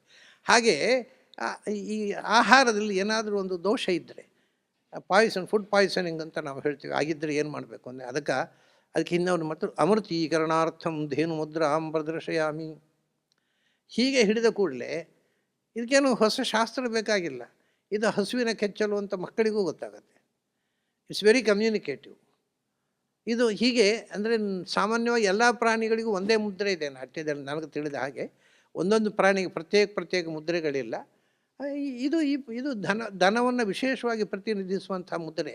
ಇದನ್ನು ನಾವು ಇಂಟ್ರೊಡ್ಯೂಸ್ ಮಾಡ್ಬೋದು. ಭರತನಾಟ್ಯದಲ್ಲಿ ಹೇಳಲಿಲ್ಲ ಅಂತ ಕೂತ್ಕೊಳ್ಳೋದಲ್ಲ, ಅವನು ಹೇಳದೇ ಇದ್ದದ್ದನ್ನು ನಾವು ಸೇರಿಸ್ಬೇಕು. ಆಮೇಲೆ ಪಕ್ಷಿ ಗರುಡ ನಿರ್ವಿಶೀಕರಣಾರ್ಥಂ ತಾರ್ಕ್ಷ ಮುದ್ರಾಂ ಪ್ರದರ್ಶಯಾಮಿ. ಹೀಗೆ ಮಾಡಿಬಿಟ್ರೆ ಹಕ್ಕಿ ಅಂತ ಯಾರಿಗೂ ಗೊತ್ತಾಗತ್ತೆ. ಅಂದರೆ ಆ ಮುದ್ರೆಗಳಿಂದ ಆಯಾ ಪ್ರಾಣಿ ವಿಶೇಷಗಳನ್ನು ಗುರುತಿಸ್ತಕ್ಕಂಥ ಅಪೂರ್ವ ಮುದ್ರೆಗಳು ತಂತ್ರಶಾಸ್ತ್ರದಲ್ಲಿ ಬೇಕಾದಷ್ಟಿದೆ. ಅದು ಪೂಜೆಯಲ್ಲಿ ಬಳಸ್ತಾರೆ. ಮತ್ತು ಅದು ಎಷ್ಟು ನಿಮಗೆ ಕೇಳಿ, ಪಂಚಭೂತ ಮುದ್ರೆಗಳಿವೆ. ವಾಯು ಮುದ್ರೆ ಇದೆ, ಪೃಥ್ವಿ ಮುದ್ರೆ. ಆ ಮುದ್ರೆಗಳನ್ನು ಮಾಡಿದರೆ ನಮ್ಮಲ್ಲಿ ಇರ್ತಕ್ಕಂಥ ಅನೇಕ ರೋಗಗಳನ್ನು ಪರಿಹಾರ ಮಾಡಿಕೊಳ್ಳಿಕ್ಕಾಗತ್ತೆ. ನೆಗಡಿ ಆದಾಗ ವಾಯುಮುದ್ರೆಯಿಂದ ನೆಗಡಿಯ ನಿಯಂತ್ರಣ. ಹಾಗೆಯೇ ಬೇರೆ ಬೇರೆ ವಿಧಾನಗಳನ್ನು ಮುದ್ರೆಗಳನ್ನು ನಾವು ನಾಟ್ಯದಲ್ಲಿಯೂ ಬಳಸ್ಕೋಬೋದು. ಇಲ್ಲ, ಇವತ್ತು ಎಷ್ಟೋ ಮುದ್ರೆಗಳು ನಾಟ್ಯದಲ್ಲಿ ಇಲ್ಲ. ಒಂದು ಸರ್ತಿ ಶ್ರೀವತ್ಸ ಮುದ್ರೆ ಅಂತ ಒಂದು ಶಾಸ್ತ್ರದಲ್ಲಿ ಬರುತ್ತೆ. ಅದು ಏನು ಅಂತ ನನಗೆ ಅರ್ಥ ಆಗಲಿಲ್ಲ. ಶ್ರೀವತ್ಸ ಮುದ್ರೆ ಏನು ಅಂತ ತುಂಬ ಜನ ಬೆಂಗಳೂರಿನಲ್ಲಿ ಅಲ್ಲಿ ಅನೇಕ ಜನ ಡ್ಯಾನ್ಸರ್ಸ್ ಹತ್ರ ಕೇಳಿದೆ. ಅದು ನಾವು ಶಬ್ದವೇಗಳಿಲ್ಲ ಅಂದರು ಅವರು. ನಮಗೆ ಗೊತ್ತಿಲ್ಲಪ್ಪ ಶ್ರೀವತ್ಸ ಮುದ್ರೆ ಏನು ಅಂತ. ಕಡೆಗೆ ಯಾವುದೋ ಒಂದು ಪುಸ್ತಕದಲ್ಲಿ ಸಿಕ್ಕಿತು ಅದರ ಡಿಸ್ಕ್ರಿಪ್ಷನ್. ಅಂದರೆ ಯಾಕೆಂದರೆ ಪೂಜೆಯಲ್ಲೂ ಅದು ಸಾಮಾನ್ಯವಾಗಿ ಬಳಕೆಯಲ್ಲಿಲ್ಲ ಶ್ರೀವತ್ಸ ಮುದ್ರೆ. ಅಂಥದ್ದೆಲ್ಲ ಇವತ್ತು ನಾವು ಕೃಷ್ಣನನ್ನು ಡಿಪಿಕ್ಟ್ ಮಾಡುವಾಗ, ಶ್ರೀವತ್ಸ ಕೌಸ್ತುಭ ಅನ್ನುವಾಗ ಶ್ರೀವತ್ಸ ಮುದ್ರೆಯನ್ನು ಎದೆಯಲ್ಲಿ ತೋರಿಸ್ಬೋದು. ಇದೆಲ್ಲ ನಾವು ನಾಟ್ಯಕ್ಕೆ ಹೊಸ ಆಯಾಮವನ್ನು ಕೊಡಲಿಕ್ಕಿರ್ತಕ್ಕ ಸಾಧ್ಯತೆಗಳು. ಇದೆಲ್ಲವೂ ಸ್ಪಿರಿಚುವಲ್. ಮತ್ತು ಇದು ಯಾವುದು ಕೂಡ ನಾಟಕೀಯತೆ ಅಲ್ಲ, ಅಧ್ಯಾತ್ಮದ ಚಿಂತನೆಗೆ ಪೂರಕವಾಗಿರ್ತಕ್ಕಂಥ ಬದಲಾವಣೆಗಳು. ಹೀಗೆ ನಾವು ಭರತನ ನಾಟ್ಯಶಾಸ್ತ್ರದಲ್ಲಿ ಅನೇಕ ಅಂಶಗಳನ್ನು ಇನ್ನೂ ಆ್ಯಡ್ ಮಾಡಿ ಅದನ್ನು ತುಂಬ ಕಷ್ಟ. ಏನು ಅಂದರೆ ಅದು ಅರ್ಥ ಆಗೋಲ್ಲ ಅದು. ಮತ್ತು ಅದು ಮೊದಲು ಅದನ್ನು ಇಂಗ್ಲೀಷಿಗೆ ಟ್ರಾನ್ಸ್ಲೇಟ್ ಮಾಡಿದವರು ಪಾಶ್ಚಾತ್ಯರು, ನಮ್ಮವ್ರು ಯಾರೂ ಮಾಡಿಲ್ಲ. 11ನೇ ಶತಮಾನದಲ್ಲಿ ಅಭಿನವ್ ಗುಪ್ತ ಬರೆದ ಮೇಲೆ ಅದ್ರ ಮೇಲೆ ಏನೂ ಕೆಲಸ ನಡೆಯಲಿಲ್ಲ. ಅದಕ್ಕಿಂತ ಹಿಂದಿನವರೆಲ್ಲ ಕೆಲವರು ವ್ಯಾಖ್ಯಾನ ಅದು ಯಾವುದೂ ಸಿಗೋಲ್ಲ. ಒಂದು ಕಷ್ಟ ನೋಡಿ. ಅಭಿನವ್ ಗುಪ್ತ ನಾಟ್ಯಶಾಸ್ತ್ರಕ್ಕೆ ವ್ಯಾಖ್ಯಾನ ಬರೆದ ಮೇಲೆ ಅಭಿನವ್ ಗುಪ್ತನಿಗಿಂತ ಹಿಂದಿನ ಎಲ್ಲ ವ್ಯಾಖ್ಯಾನಗಳು ಹೋಗಿಬಿಟ್ಟವು. ಅದು ನಾವು ಪಾಣಿನಿ ಬಂದ ಮೇಲೆ ಅವರ ಹಿಂದಿನ ಎಲ್ಲ ವ್ಯಾಕರಣಗಳು ಓದು. ಯಾಕೆ ಅವ್ರು ಎಲ್ಲ ಆಲ್ ಕಾಂಪ್ರಿಹೆನ್ಸಿವ್ ಆಗಿ ಇವನು ಬರೆದ, ಹಿಂದಿನದು ಓದುವುದೇ ಬಿಟ್ಟರು ಜನ. ಹಾಗೆ ಎಷ್ಟೋ ಗ್ರಂಥಗಳು ಹೋಗಿದ್ದಾವೆ. ಈಗ ಇರತಕ್ಕಂಥದ್ದು ಅವನು ಬ್ರಹ್ಮದೇವರು ಹೇಳಿದ್ರು ನನಗೆ ಅಂತಾನೆ. ಯಾವ ಬ್ರಹ್ಮದೇವರು ಹೇಳಿದ್ರು ಗೊತ್ತಿಲ್ಲ ನನಗೆ. ಆಮೇಲೆ ಅವನಿಗೆ 100 ಜನ ಮಕ್ಕಳಿದ್ದಾನೆ ಅಂತಾನೆ. ಇವೆಲ್ಲ ಯಾವುದೋ ಒಂದು ಕಾಲ್ಪನಿಕ ಪ್ರಪಂಚವನ್ನು ಸೃಷ್ಟಿ ಮಾಡಿ ಸಾಂಕೇತಿಕವಾಗಿ ಬರೆದ ಹಾಗಿದೆ. ಅವನು 100 ಜನ ಮಕ್ಕಳಿರುವ ಸಂಭವ ಇಲ್ಲ ಭರತ ಮುನಿಗೆ. ಮತ್ತು ಭರತ ಮುನಿ ಅಂತ ಒಬ್ಬ, ನಿಮಗೆ ಇಡೀ ಋಷಿಗಳ ಪರಂಪರೆಯಲ್ಲಿ ಭರತ ಅಂತನೋ ಹೆಸರು ಋಷಿಯೇ ಇಲ್ಲ. ಬೇರೆ ಎಲ್ಲಿಯೂ ಭರತ ಅನ್ನೋ ಶಬ್ದದ ಮುನಿಯ ಉಲ್ಲೇಖ, ನಾಟ್ಯಶಾಸ್ತ್ರ ಭರತ ಮುನಿ ಪ್ರಣೀತ ಅಂತ ಒಂದು ಬಿಟ್ಟರೆ ನಿಮಗೆ ಎಲ್ಲಿಯೂ ಭರತ ಮುನಿ ಅನ್ನೋ ಉಲ್ಲೇಖವೇ ಸಿಗೋದಿಲ್ಲ. ಕಾಳಿದಾಸ ಪ್ರಯೋಗ ಮಾಡಿದ್ದಾನೆ, ಭೌಭೂತಿ ಪ್ರಯೋಗ ಮಾಡಿದ್ದಾನೆ, ನಾಟ್ಯಶಾಸ್ತ್ರಕ್ಕೆ ಭರತ ಮುನಿ ಅದನ್ನು ಪ್ರಯೋಗ ಮಾಡಿ ದೇವಲೋಕಕ್ಕೆ ಹೋಗಿದ್ದ ಹಾಗೆ ಹೇಗೆ ಅಂತ. ಅದು ಬಿಟ್ಟರೆ ಯಾರೂ ಮಾಡಿಲ್ಲ. ಅದು ನಾಟಕ ಹೇಗಿರಬೇಕು, ನಾಟ್ಯ ಅಂದರೆ ನಾಟಕ, ನಾನು ಹೇಳಿದೆ ಬರೀ ಡಾನ್ಸ್ ಅಲ್ಲ, ನಾಟಕ ಹೇಗಿರಬೇಕು ಅಂತ ಪೂರ್ಣ ಬರೆದ. ನಾಟಕದಲ್ಲಿ 9 ಪ್ರಕಾರಗಳನ್ನು ಬರೆದ. ಆ ನಾಟಕಕ್ಕೆ ಮತ್ತೊಂದು ಸೇರಿಸ ನಾಟಿಕ ಅಂತ. ಅದು ನಾಟಕಕ್ಕೆ ಸುಮಾರು 6-7 ಅಂಕ ಇರುತ್ತೆ. ನಾಟಿಕ ಸ್ವಲ್ಪ ಅದು ಸಣ್ಣದು, 4 ಅಂಕ ಇರುತ್ತೆ. ಮತ್ತು ಅದರಲ್ಲಿ ಸ್ತ್ರೀ ಪಾತ್ರ ಪ್ರಧಾನವಾಗಿರುತ್ತೆ ನಾಟಕದಲ್ಲಿ ಪುರುಷ ಪಾತ್ರ ಪ್ರಧಾನವಾಗಿರುತ್ತೆ. ಇದೆಲ್ಲ ವಿವರಗಳನ್ನು ಅವನೇ ಕೊಟ್ಟ. ಆಮೇಲೆ ವೃತ್ತಗಳ ಬಗ್ಗೆ ಹೇಳ್ತಾನೆ. ಅದು ಎಷ್ಟು ಔಟ್ಡೇಟೆಡ್ ಅಂದರೆ, ಇವತ್ತು ವೃತ್ತಗಳಿಗೆ ಲಕ್ಷಣ, ವೃತ್ತಶಾಸ್ತ್ರ ಬೇಕಾದಷ್ಟಿದೆ. ಅವನಿಗೆ ವೃತ್ತದ ಲಕ್ಷಣ ಹೇಗೆ ಹೇಳಬೇಕು ಅಂತ ಆವಾಗ ಗೊತ್ತಿರಲಿಲ್ಲ. ಅವನೇನು ಹೇಳ್ತಾನೆ ಅಂದರೆ, ಈಗ ನೋಡಿ ಮಾಲಿನಿ ವೃತ್ತ, ಅದಕ್ಕೆ ಮಾಲಿನಿ ವೃತ್ತ ನಗಣ ನಗಣ ಮಗಣ ಯಗಣ ಯಗಣ ನನಮಯ ಯುತೇಯಂ ಮಾಲಿನಿ. ಅವನಿಗೆ ಅದು ಗೊತ್ತಿಲ್ಲ. ಅವನು ಹೇಳ್ತಾನೆ ಮೊದಲು 3 ಲಘು, ಆಮೇಲೆ 3 ಲಘು, ಆಮೇಲೆ 3 ಗುರು, ಆಮೇಲೆ 1 ಲಘು, ಆಮೇಲೆ 2 ಗುರು, ಆಮೇಲೆ 1 ಲಘು, ಆಮೇಲೆ 2 ಗುರು ಅಂತಾನೆ. ಅಂದರೆ ಈ ಗಣಗಳ ಕಲ್ಪನೆಯೇ ಇರಲಿಲ್ಲ ಅವನಿಗೆಲ್ಲ, ವೃತ್ತಗಳ ಪರಿಷ್ಕರಣವೇ ಇರಲಿಲ್ಲ ಅವನ ಕಾಲದಲ್ಲಿ. ಅಷ್ಟು ಹಳೆಯ ಕಲ್ಪನೆ ಅದೆಲ್ಲ. ಆಮೇಲೆ ಅವನು ಮಾಲಿನಿ ವೃತ್ತ ಅಂತ ಹೇಳೋದಿಲ್ಲ, ಅವನು ನಾಂದಿಮುಖಿ ವೃತ್ತ ಅಂತ ಹೇಳ್ತಾನೆ. ಹೆಸರುಗಳು ಬೇರೆ. ಅವನು ಹೇಳಿದ ಎಷ್ಟೋ ವೃತ್ತಗಳಿಗೆ ಬಳಕೆಯಲ್ಲೇ ಇಲ್ಲ.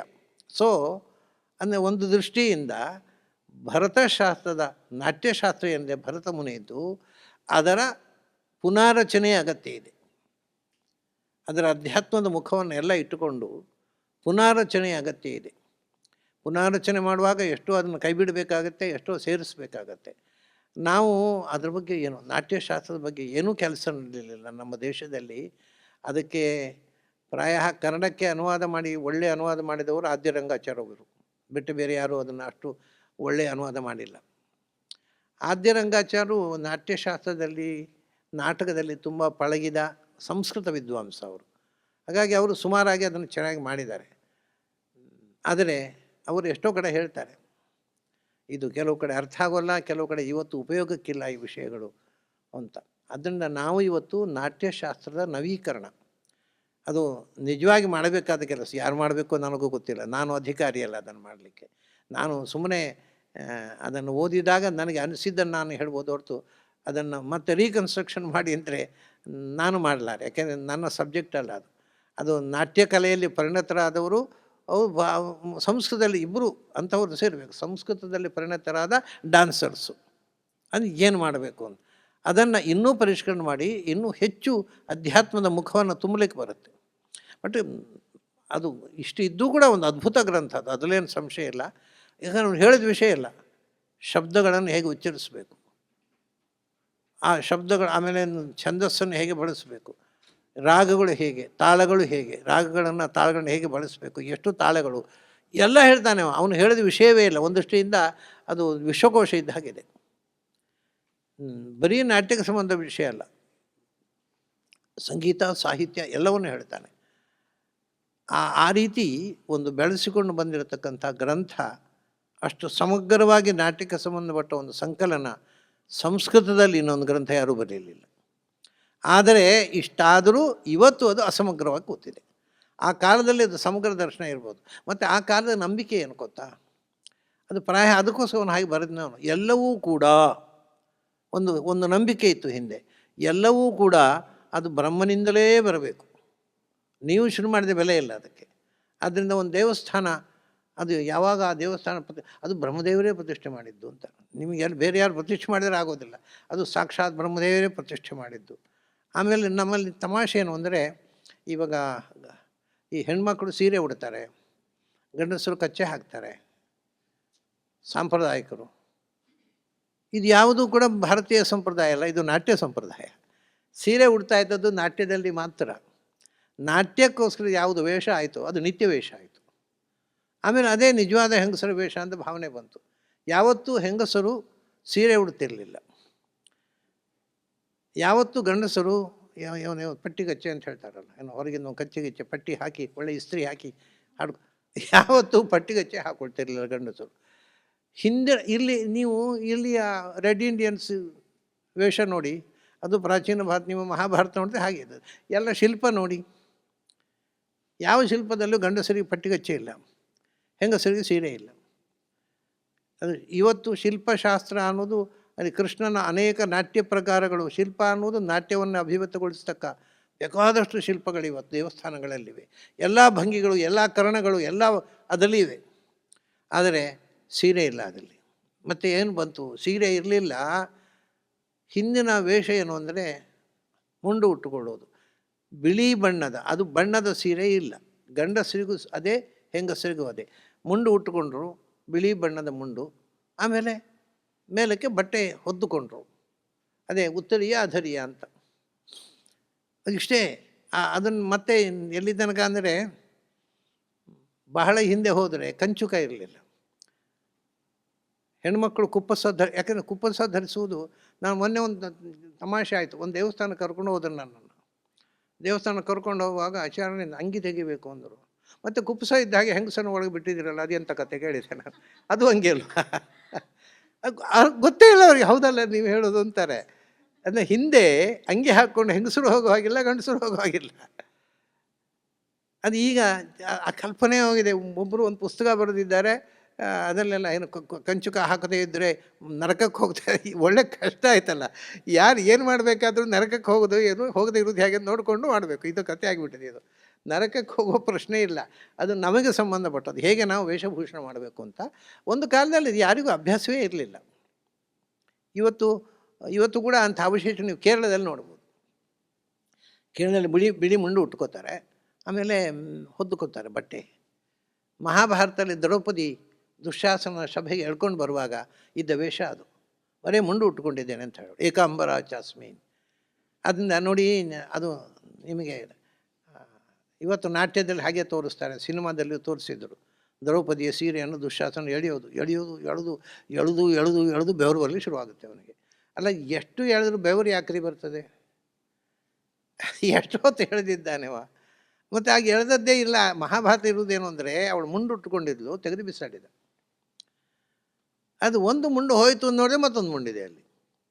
ಹೊರತು ಸೀರೆ ಉದ್ದ ಆದದ್ದಲ್ಲ. ಈ ಡೈರೆಕ್ಟ್ಗಳಿಗೆ ಸುಲಭ ಆಯಿತು. 60 ಮಾಡೋದು ಸೀರೆ ಉಡಿಸೋದು, ಆಮೇಲೆ ಎಳಿ ಅಂತ ಅನ್ನೋದು. ಇವನಿಗೆ ಒಳ್ಳೆ ಎಂಟರ್ಟೈನ್ಮೆಂಟ್. ಎಳಿತಾನೆ. ಎಳೆಯುವಾಗ ಅದು ಬಿಚ್ಕೊಳ್ಳೋದಿಲ್ಲ. ಅದು ಬಿಚ್ಕೊಳ್ಳುವಾಗ ದ್ರೌಪದಿ ತಿರುಗಬೇಕು. ಏನು ಕಷ್ಟ ನೋಡಿ. ಅವಳಿಗೆ ಬತ್ತಲೆ ಆಗಬೇಕು ಅಂತ ಉಮೇದಿದ್ದ ಹಾಗೆ ಅವಳನ್ನು ಸರಿಯಾಗಿ ತಿಳ್ಕೋಬೇಕು. ಇಷ್ಟು ಹೊಲಸು ಮಾಡಿದರು. ಆಹಾ ಮಹಾಭಾರತ ಏನು ಚೆನ್ನಾಗಿದೆ ಅಂತ ಕೆನ್ನೆ ತಟ್ಟಿಕೋತೇವೆ ನಾವು. It's all meaningless. ಅದನ್ನು ತೆಗೆದು ಬಿಸಾಡಿದ. ಆದರೆ ಮತ್ತೊಂದು ಬಟ್ಟೆ ಇತ್ತು. ಹೀಗೆ 100 ಬಟ್ಟೆ ತೆಗೆದಾಗ ಅವನು ಸುಸ್ತಾಗಿ ಕೂತ. ಅದು 60 ಮೊಳ ಸೀರೆ ನಮ್ಮ ಹುಡುಗರ ಹತ್ರ ಹೇಳಿದರೆ ಎಳೆದು ಬಿಡ್ತಿದ್ರು. ಅದನ್ನು ಬೆವರುದು ಯಾಕೆ? ಅದು ದುಶ್ಯಾಸನಿಗೆ ತಾಕತ್ತಿಲ್ಲ. ಯಾರು ಕಾಲೇಜ್ ಹುಡುಗರನ್ನ ಕರೆದು ಎಳೆಯ ಅಂತ ಎಳೆದು ಬಿಡ್ತಾರೆ ಅವರು. ಅದೇ ಅರ್ಥ ಇಲ್ಲದ ಮಾತು. ಅದು 100 ಬಟ್ಟೆಗಳನ್ನು ಎಳೆದು ಎಷ್ಟು ಸರ್ತಿ ತೆಗೆದು ಹಾಕಿದರೆ ಮತ್ತೊಂದು ಬಟ್ಟೆ ಇದೆ. ಪ್ರಕೃತಿಯನ್ನು ಬತ್ತಲು ಹೋಗುವುದು ಸಾಧ್ಯ ಇಲ್ಲ. ಇದು ಅದರ ಸಂದೇಶ. ನಾವು ನೇಚರ್ನ ಎಲ್ಲ ರಹಸ್ಯವನ್ನು ತಿಳಿದು ಬಿಡ್ತೇವೆ ಅಂತ. ಸೊ ದುಶ್ಯಾಸನ ರೆಪ್ರೆಸೆಂಟ್ಸ್ ಸೈಂಟಿಸ್ಟು ಬತ್ತಲು ಮಾಡ್ತಾರೆ ಅಂತ ಹೋದ, ಅವನಿಗೆ ಆಗದೆ ಸೋತ ಅಂತ. ಸೊ ದುಶ್ಯಾಸನ ಒಬ್ಬ ಸೈಂಟಿಸ್ಟು, ದ್ರೌಪದಿ ಪ್ರಕೃತಿ. ಅದು ಅದರ ಸಂಕೇತವನ್ನು ತೋರಿಸೋದಕ್ಕೋಸ್ಕರ ಅವರು ಬಹಳ ಅದ್ಭುತವಾಗಿ ಮಹಾಭಾರತದಲ್ಲಿ ಹೇಳಿದ್ದಾರೆ. ಬಟ್ಟೆಯನ್ನು ಬಿಸಾಡಿದ, ಮತ್ತೊಂದು ಬಟ್ಟೆ ಬಂತು. ಹೊರತು ಎಳೆದ ಉದ್ದ ಆದದ್ದಲ್ಲ. ಅದು ಎಲ್ಲಿ ತನಕ ಆಯಿತು ಅಂದರೆ ಕೃಷ್ಣ ಅಲ್ಲಿ ನಿಲ್ಲೋದು, ಅವನ ಕೈಯಿಂದ ಸೀರೆ ಬರೋದು, ಏನೇನೋ ಚಿತ್ರಗಳು ಬಂದವು. ಇವೆಲ್ಲವೂ ಕೂಡ ಅಶಾಸ್ತ್ರೀಯ. ಅದೇ ಒಂದು ಮುಖ್ಯ ಸಂಗತಿ ಏನು ಅಂದರೆ, ನಾವು ನಾಟ್ಯದಲ್ಲಿ ತೋರಿಸುವಾಗ ಅದರ ಪ್ರಾಮಾಣಿಕತೆ ಬಹಳ ಮುಖ್ಯವಾಗುತ್ತೆ. ಅದಕ್ಕೆ ನಿಜವಾದ ಇತಿಹಾಸ ಏನು ಅದನ್ನು ತಿಳಿದು ಅದನ್ನು ನಾವು ನಾಟ್ಯದಲ್ಲಿ ತೋರಿಸ್ಬೇಕು. ಎಷ್ಟೋ ಸರ್ತಿ ತಪ್ಪು ಕಥೆಗಳು ಸಿನಿಮಾದಲ್ಲಿ, ಕನಕದಾಸನ ಸಿನಿಮಾದಲ್ಲಿ ಬಾಗಿಲನ್ನು ತೆರೆದು ಸೇವೆಯನ್ನು ಕೊಡೋ ಹರಿಯೇ ಅಂತ ಹೇಳಿದಾಗ ಧಡಾರ ಅಂತ ಓಡೋದು, ಬಾಗಿಲಾಗೋದು, ಇದೆಲ್ಲ ಇಂಥ ಹುಚ್ಚು ಕಥೆಗಳು ನಾವು ಜನರ ಮುಂದೆ ಇಡಬಾರ್ದು ಅಷ್ಟೇ. ಯಾಕೆಂದರೆ ಅನೈತಿಹಾಸಿಕ, ಅರ್ಥವೇ ಇಲ್ಲದ ಕಥೆಗಳನ್ನು ಕೂಡ ಅದಕ್ಕೆ ನಾಟ್ಯದ ಪ್ರಭಾವ ಏನು ಅಂದರೆ ಅದನ್ನು ನೀವು ಮಾಡಿ ತೋರಿಸಿದರೆ ಜನ ಅದನ್ನು ನಂಬಿಬಿಡ್ತಾರೆ. ನೀವು ಕಥೆ ಓದಿದರೆ ನಂಬದೇ ಇರ್ಬೋದು, ಉಪನ್ಯಾಸವನ್ನು ನಂಬದೇ ಇರ್ಬೋದು, ಆದರೆ ನಾಟ್ಯದಲ್ಲಿ ನೋಡಿದರೆ ಆಗೋ ಇಂಪ್ಯಾಕ್ಟ್ ಉಂಟಲ್ಲ, ಅದ್ಭುತ. ಅದು ನಂಬಿಯೇ ಬಿಡ್ತಾರೆ ಜನ. ಇವತ್ತು ಆ ಕಥೆಯನ್ನು ನೀವು ಅಷ್ಟಮಠದ ಸ್ವಾಮಿ ಡಿನೈ ಮಾಡಿದ್ರು ನಂಬಲ್ಲ ಜನ. ಇಲ್ಲ ರಾಜಕುಮಾರ್ ಮಾಡಿದ್ದಾನೆ ಹಾಗೆ ಆಗಬೇಕು ಅಂತಾರೆ. ಅಷ್ಟು ಪ್ರಭಾವ ಅದು.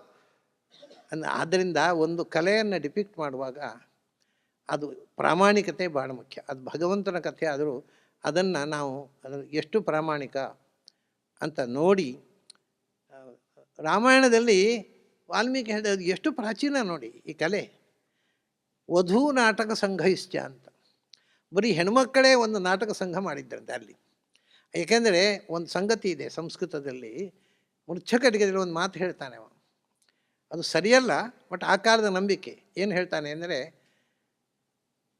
ಪುರುಷೇಣ ಗಾಯತ ದ್ವಾಭ್ಯಾಮೇವ ಮೇ ಹರ್ಷೋ ಜಾಯತೆ ಪುರುಷೇಣ ಗಾಯತ ಸ್ತ್ರೀಯಾಚ ಸಂಸ್ಕೃತಂ ಭಾಷಮಾಣಯ ಅಂತ.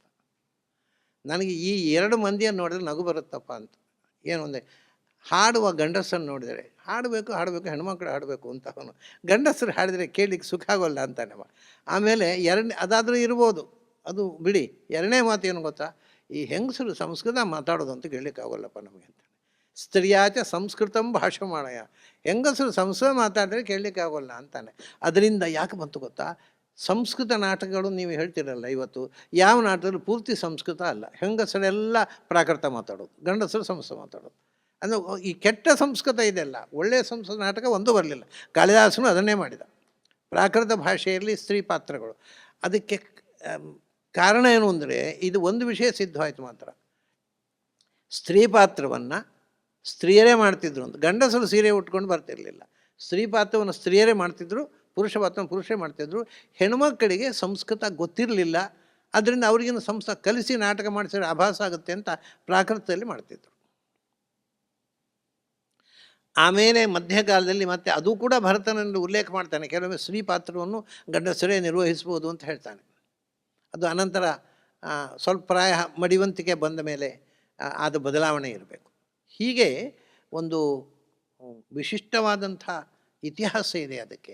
ಅದಕ್ಕೆ ವಿಶಿಷ್ಟವಾದ ಒಂದು ದೈವಿಕವಾದ ಮುಖ ಇದೆ. ಆ ಕಥೆಯ ಮೂಲಕ ನಾವು ಭಗವಂತನ ಇತಿಹಾಸವನ್ನು ಜನಕ್ಕೆ ಮುಟ್ಟಿಸಬೇಕು. ಅದು ಸಾಮಾಜಿಕ ಅನ್ನೋದು ಅಷ್ಟು ಮುಖ್ಯ ಅಲ್ಲ. ಸಾಮಾಜಿಕವಾಗಿ ಮಾಡಿದಾಗ ಕೂಡ ಈಗ ನೋಡಿ, ಮೃಚ್ಛಕಟಿಕ ಇದೆ, ಅದರಲ್ಲಿ ಅದು ಸಾಮಾಜಿಕ, ಒಬ್ಬ ವೇಶ್ಯೆಯ ಕಥೆ ಅದು ಇಡೀ ನಾಟಕ. ಮತ್ತು ಒಂದೇನು ಅಂದರೆ ವ್ಯತ್ಯಾಸ ಹೇಳಬೇಕು, ಅದರಲ್ಲಿ ಇಡೀ ನಾಟಕದಲ್ಲಿ ಒಬ್ಬ ವೈಶ್ಯ ವಸಂತ ಸೇನೆ ಅನ್ನೋ ವೇಶ್ಯೆಯನ್ನು ಪ್ರೀತಿಸ್ತಾನೆ. ಆದರೆ ಆ ವಸಂತ ಸೇನೆಯ ಕ್ಯಾರೆಕ್ಟರನ್ನು ಮ್ಯಾಗ್ನಿಫೈ ಮಾಡೋದಕ್ಕೋಸ್ಕರ ಇಡೀ ಅವಳು ಯಾವತ್ತೂ ಕೂಡ ತಾನು ವೇಶ್ಯೆಯಾಗಿ ಬದುಕದೆ ತನ್ನ ಬದುಕನ್ನು ವೈಶ್ಯನಿಗೋಸ್ಕರ ಅರ್ಪಿಸಿಕೊಂಡು ಅತ್ಯಂತ ಪ್ರಾಮಾಣಿಕವಾಗಿ ಗರತಿಯಾಗಿ ಬದುಕುತ್ತಾಳೆ. ಅದು ಅದರ ಮೆಸೇಜು. ಹಾಗೆಯೇ ಇನ್ನೊಂದು ತಮಾಷೆ ಏನು ಅಂದರೆ, ನಾವೀಗ ನಿರ್ದೇಶಕರು ಅಂತೇವೆ, ಡೈರೆಕ್ಟರ್ಸು ಅಂತೇವೆ. ನಿರ್ದೇಶಕ ಅನ್ನೋ ಶಬ್ದವೇ ಇಲ್ಲ ಭರತನಾಟ್ಯ ಶಾಸ್ತ್ರದಲ್ಲಿ. ಅವನು ನಿರ್ದೇಶಕರು ಏನು ಹೇಳ್ತಾನೆ ಗೊತ್ತುಂಟ, ಆಚಾರ್ಯರು ಅಂತ. ಸೊ ಆಚಾರ್ಯ ಅನ್ನೋ ಶಬ್ದವನ್ನು, ಆಚಾರ್ಯ ಅಂದರೆ ಅದು ಮಾರ್ಗದರ್ಶಕ ಅನ್ನೋ ಅರ್ಥದಲ್ಲಿ. ಇದರಿಂದ ತಿಳಿಯುವ ಇನ್ನೊಂದು ಅಂಶ ಏನು ಅಂದರೆ, ಆಚಾರ್ಯರು ಅಂದರೆ ಅದು ವೇದವನ್ನು ಓದಿದ ಬ್ರಾಹ್ಮಣರಿಗೆ ಇದ್ದ ಸರ್ನೇಮ್ ಹಿಂದೆ. ಹಾಗಾಗಿ ವೇದಜ್ಞರಾದ ಬ್ರಾಹ್ಮಣರೇ ಡೈರೆಕ್ಟ್ ಮಾಡ್ತಿದ್ರು ಅಂತ. ಅದು ವೈದಿಕವಾಗಿ ಶಾಸ್ತ್ರೀಯವಾಗಿರುವಂತೆ ನೋಡಿಕೊಳ್ತಿದ್ರು. ಅಂದರೆ ಆಚಾರ್ಯರು ಅಂದರೆ ನಿರ್ದೇಶಕರು, ಈ ಶಬ್ದವನ್ನು ಬಳಸ್ತಾನೆ. ಹೀಗೆ ಯಾವ ಬೇರೆ ಬೇರೆ ಆಯಾಮದಲ್ಲಿ ನೋಡಿದಾಗ ಕೂಡ ಅದರ ಹಿಂದೆ ಇರತಕ್ಕಂಥದ್ದು ಅದು ದೇವಾನಾಂ ಇದ ಮಾಮನಂತಿ ಕಾಂತಂ ಕರ್ತುಂ ಚಾಕ್ಷುಷಂ. ಇದು ಕಣ್ಣಿನ ಮೂಲಕ ಮಾಡುವ ದೇವರ ಪೂಜೆ ಅಂತ ಬಹಳ ಅದ್ಭುತವಾದ ಮಾತು ಕಾಳಿದಾಸನದ್ದು. ಅಂಥ ಹಿನ್ನೆಲೆಯಲ್ಲಿ ನಾವು ನಾಟ್ಯ ಅನ್ನೋದು ಯಮನೇಮ ಆಸನ, ಇದು ಬಹಳ ಮುಖ್ಯವಾಗಿರತಕ್ಕಂಥದ್ದು. ಅಧ್ಯಾತ್ಮದಲ್ಲಿ ನಮ್ಮ ದೇಹವನ್ನು ಬೇಕಾದ ಹಾಗೆ ಫ್ಲೆಕ್ಸಿಬಲ್ ಮಾಡಿಕೊಂಡು ಇವತ್ತು ಬಹಳ ಮಂದಿಗೆ ಪದ್ಮಾಸನ ಹಾಕಿ ಕೂಡಲಿಕ್ಕೆ ಆಗೋಲ್ಲ, ಉಳಿದ ಆಸನ ಬಿಡಿ. ಯಾಕೆಂದರೆ ನಾವು ಪ್ಯಾಂಟ್ ಹಾಕಲಿಕ್ಕೆ ಅಭ್ಯಾಸ ಮಾಡಿಬಿಟ್ಟಿದ್ದೇವೆ. ಪ್ಯಾಂಟ್ ಹಾಕಿದ ಮೇಲೆ ಕಾಲು ಮಡಚಲಿಕ್ಕೆ ಆಗೋದಿಲ್ಲ. ಅದು ಕಡೆಗೆ ಪ್ಯಾಂಟ್ ತೆಗೆದ್ರೂ ಆಗೋಲ್ಲ, ಕಡೆಗೆ ಹೀಗೆ ಎಳೆಯೋದು, ಅದು ಮೇಲೆ ಇಡಬೇಕು, ಆಗೋಲ್ಲ. ಅಂದರೆ ಇಷ್ಟು ಫ್ಲೆಕ್ಸಿಬಿಲಿಟಿಯನ್ನು ಕಳ್ಕೊಂಡು ಬಿಟ್ಟಿದ್ದೆ ಅವನು, ಯಾವುದೂ ಇಲ್ಲ. ಆದರೆ ಆಸನ ಅನ್ನೋದು ಅಧ್ಯಾತ್ಮ ಸಾಧನೆಯಲ್ಲಿ ಬಹಳ ಮುಖ್ಯ. ಅದು ನೀವು ಯಾವ ಆಸನ ಮಾಡಬೇಕಾಗಿಲ್ಲ. ನೀವು ಈ ನಾಟ್ಯವನ್ನು ಅಭ್ಯಾಸ ಮಾಡಿದರೆ ದೇಹ ತುಂಬ ಫ್ಲೆಕ್ಸಿಬಲ್ ಆಗುತ್ತೆ. ಯಾವ ಭಂಗಿಯಲ್ಲೂ ಹೇಗೂ ನಿಲ್ಬೋದು. ಕೃಷ್ಣನನ್ನು ನಾಟ್ಯಕ್ಕೋಸ್ಕರ ತ್ರಿಭಂಗಿ ಮಧುರಾಕೃತಿ, ಆ ತ್ರಿಭಂಗಿ ಅನ್ನೋದು ನಾಟ್ಯದ ಭಂಗಿ. ಹೀಗೆ ಹೀಗೆ ಹೀಗೆ ಆ ನಿಲುವಿನ ಭಂಗಿಯೇ ನಾಟ್ಯ. ಹಾಗೆ ಇಡೀ ಕೃಷ್ಣನ ಬದುಕನ್ನು ನಾಟ್ಯಮಯವಾಗಿ ನೋಡಿದವರು ಪ್ರಾಚೀನರು. ಅದನ್ನು ನಾವು ಆ ಕೃಷ್ಣನ ನಾಟ್ಯದ ಹಿಂದೆ ಇರತಕ್ಕ ಅಧ್ಯಾತ್ಮವನ್ನು ತಿಳಿಲಿಕ್ಕೋಸ್ಕರ ನಾಟ್ಯಶಾಸ್ತ್ರ ನಿರ್ಮಾಣ ಆಯಿತು. ಇದು ಸ್ಥೂಲವಾಗಿ ನಾನು ನಿಮ್ಮ ಮುಂದೆ, ಯಾಕೆಂದರೆ ನನ್ನ ಸಬ್ಜೆಕ್ಟ್ ಅಲ್ಲ ನಾಟ್ಯಶಾಸ್ತ್ರ. ನಾನು ಓದಿದಾಗ ನನಗೆ ಅನಿಸಿದ ಕೆಲವು ಸ್ಟ್ರೇ ಥಾಟ್ಸ್ ಅಷ್ಟೇ. ನಾಟ್ಯಶಾಸ್ತ್ರದ ಬಗ್ಗೆ ಅಧಿಕೃತವಾಗಿ ಮಾತಾಡಲಿಕ್ಕೆ ನಾಟ್ಯಶಾಸ್ತ್ರದಲ್ಲಿ ನಾಟ್ಯಾಚಾರ್ಯ ಅಲ್ಲ ನಾನು ಬರೀ ಆಚಾರ್ಯ, ನಾಟ್ಯಾಚಾರ್ಯ ಅಲ್ಲ. ನಾಟ್ಯದ ನಿರ್ದೇಶಕ ಆಗೋದು ಸಾಧ್ಯ ಇಲ್ಲ. ಅದು ನಿರ್ಮಲಾ ಅಂಥವ್ರು ಮಾಡಬೇಕು ಆ ಕೆಲಸ. ಅವರು ಮತ್ತು ಯಾರಾದರೂ ಸಂಸ್ಕೃತಜ್ಞರ ಜೊತೆ ಸೇರಿ ಈ ನಾಟ್ಯಕ್ಕೊಂದು ಪರಿಷ್ಕರಣೆ. ಮತ್ತು ನನಗೆ ಸಂತೋಷ ಏನು ಅಂದರೆ, ಅವರು ಲಕ್ಷ್ಮೀನಾರಾಯಣಾಚಾರ್ಯ ಹತ್ರ ಕಲಿತಿದ್ದರು, ಅವರು ಕ್ರಿಯೇಟಿವಿಟಿ ಉಳಿಸಿಕೊಂಡಿದ್ದಾರೆ. ಹಿಂದಿನವರಿಗೆ ಕ್ರಿಯೇಟಿವಿಟಿ, ಒರಿಜಿನಾಲಿಟಿ ಎರಡೂ ಇರಬಾರ್ದು. ನಿಮ್ಮ ಗುರುಗಳು ಏನು ಹೇಳಿಕೊಟ್ರು ಅಷ್ಟೇ, ಅದು ತಪ್ಪಿ ಒಂಚೂರು ನೀವು ಬೇರೆ ನಮೂನೆ ಮಾಡಿದರೆ ನೀವು ನಾಟ್ಯ ಅಲ್ಲ ಅದು. ಆದರೆ ನಿಮಗೆ ಕ್ರಿಯೇಟಿವಿಟಿ ಬೇಕು, ನಿಮಗೆ ಒರಿಜಿನಾಲಿಟಿ ಬೇಕು. ಹಿಂದೆ ಏನು ಹೇಳಿದೆ ಅದನ್ನೇ ಉರು ಹೊಡೆದು ಒಪ್ಪಿಸುವುದು ಅಲ್ಲ, ಅದು ಕಲೆ ಅಲ್ಲ. ಇವಾಗ ನಾನು ಹೇಳಿದ್ದೇನೆ, ಕಿಟ್ಟಿ ಅಂತ ಇದ್ದಾರೆ ಬೆಂಗಳೂರಿನಲ್ಲಿ, ಅವರು ಶಿಷ್ಯರಿದ್ದಾರೆ. ಅವರು ಗುಣಿಯರುಂಡೆಯಲ್ಲಿ ಹೇಳಿಕೊಟ್ಟದ್ದನ್ನು ಚೂರು ತಪ್ಪಿ ಹೇಳಿದರೆ ಸಹಿಸೋಲ್ಲ ಅವರು. ಸೊ ಅದೊಂದು ರುಕ್ಮಿಣಿಯರುಂಡೆಯಲ್ಲಿನ ಸ್ಟೈಲ್ ಆಫ್ ಡಾನ್ಸ್ ಒಂದು ಬೇರೆ ಆಗಿಬಿಟ್ಟಿದೆ. ಹಾಗೆ ಅದರಲ್ಲಿ ನಾವು ಏನು ಮಾಡಿದ್ರೆ ಅದರ ವಿಸ್ತಾರ, ಅದರಲ್ಲಿ ಹೊಸತನ, ಅದರಲ್ಲಿ ಆವಿಷ್ಕಾರ ಏನು ಮಾಡಲಿಕ್ಕೆ ಸಾಧ್ಯ ಅದನ್ನು ನಾವು ಮಾಡಬೇಕು.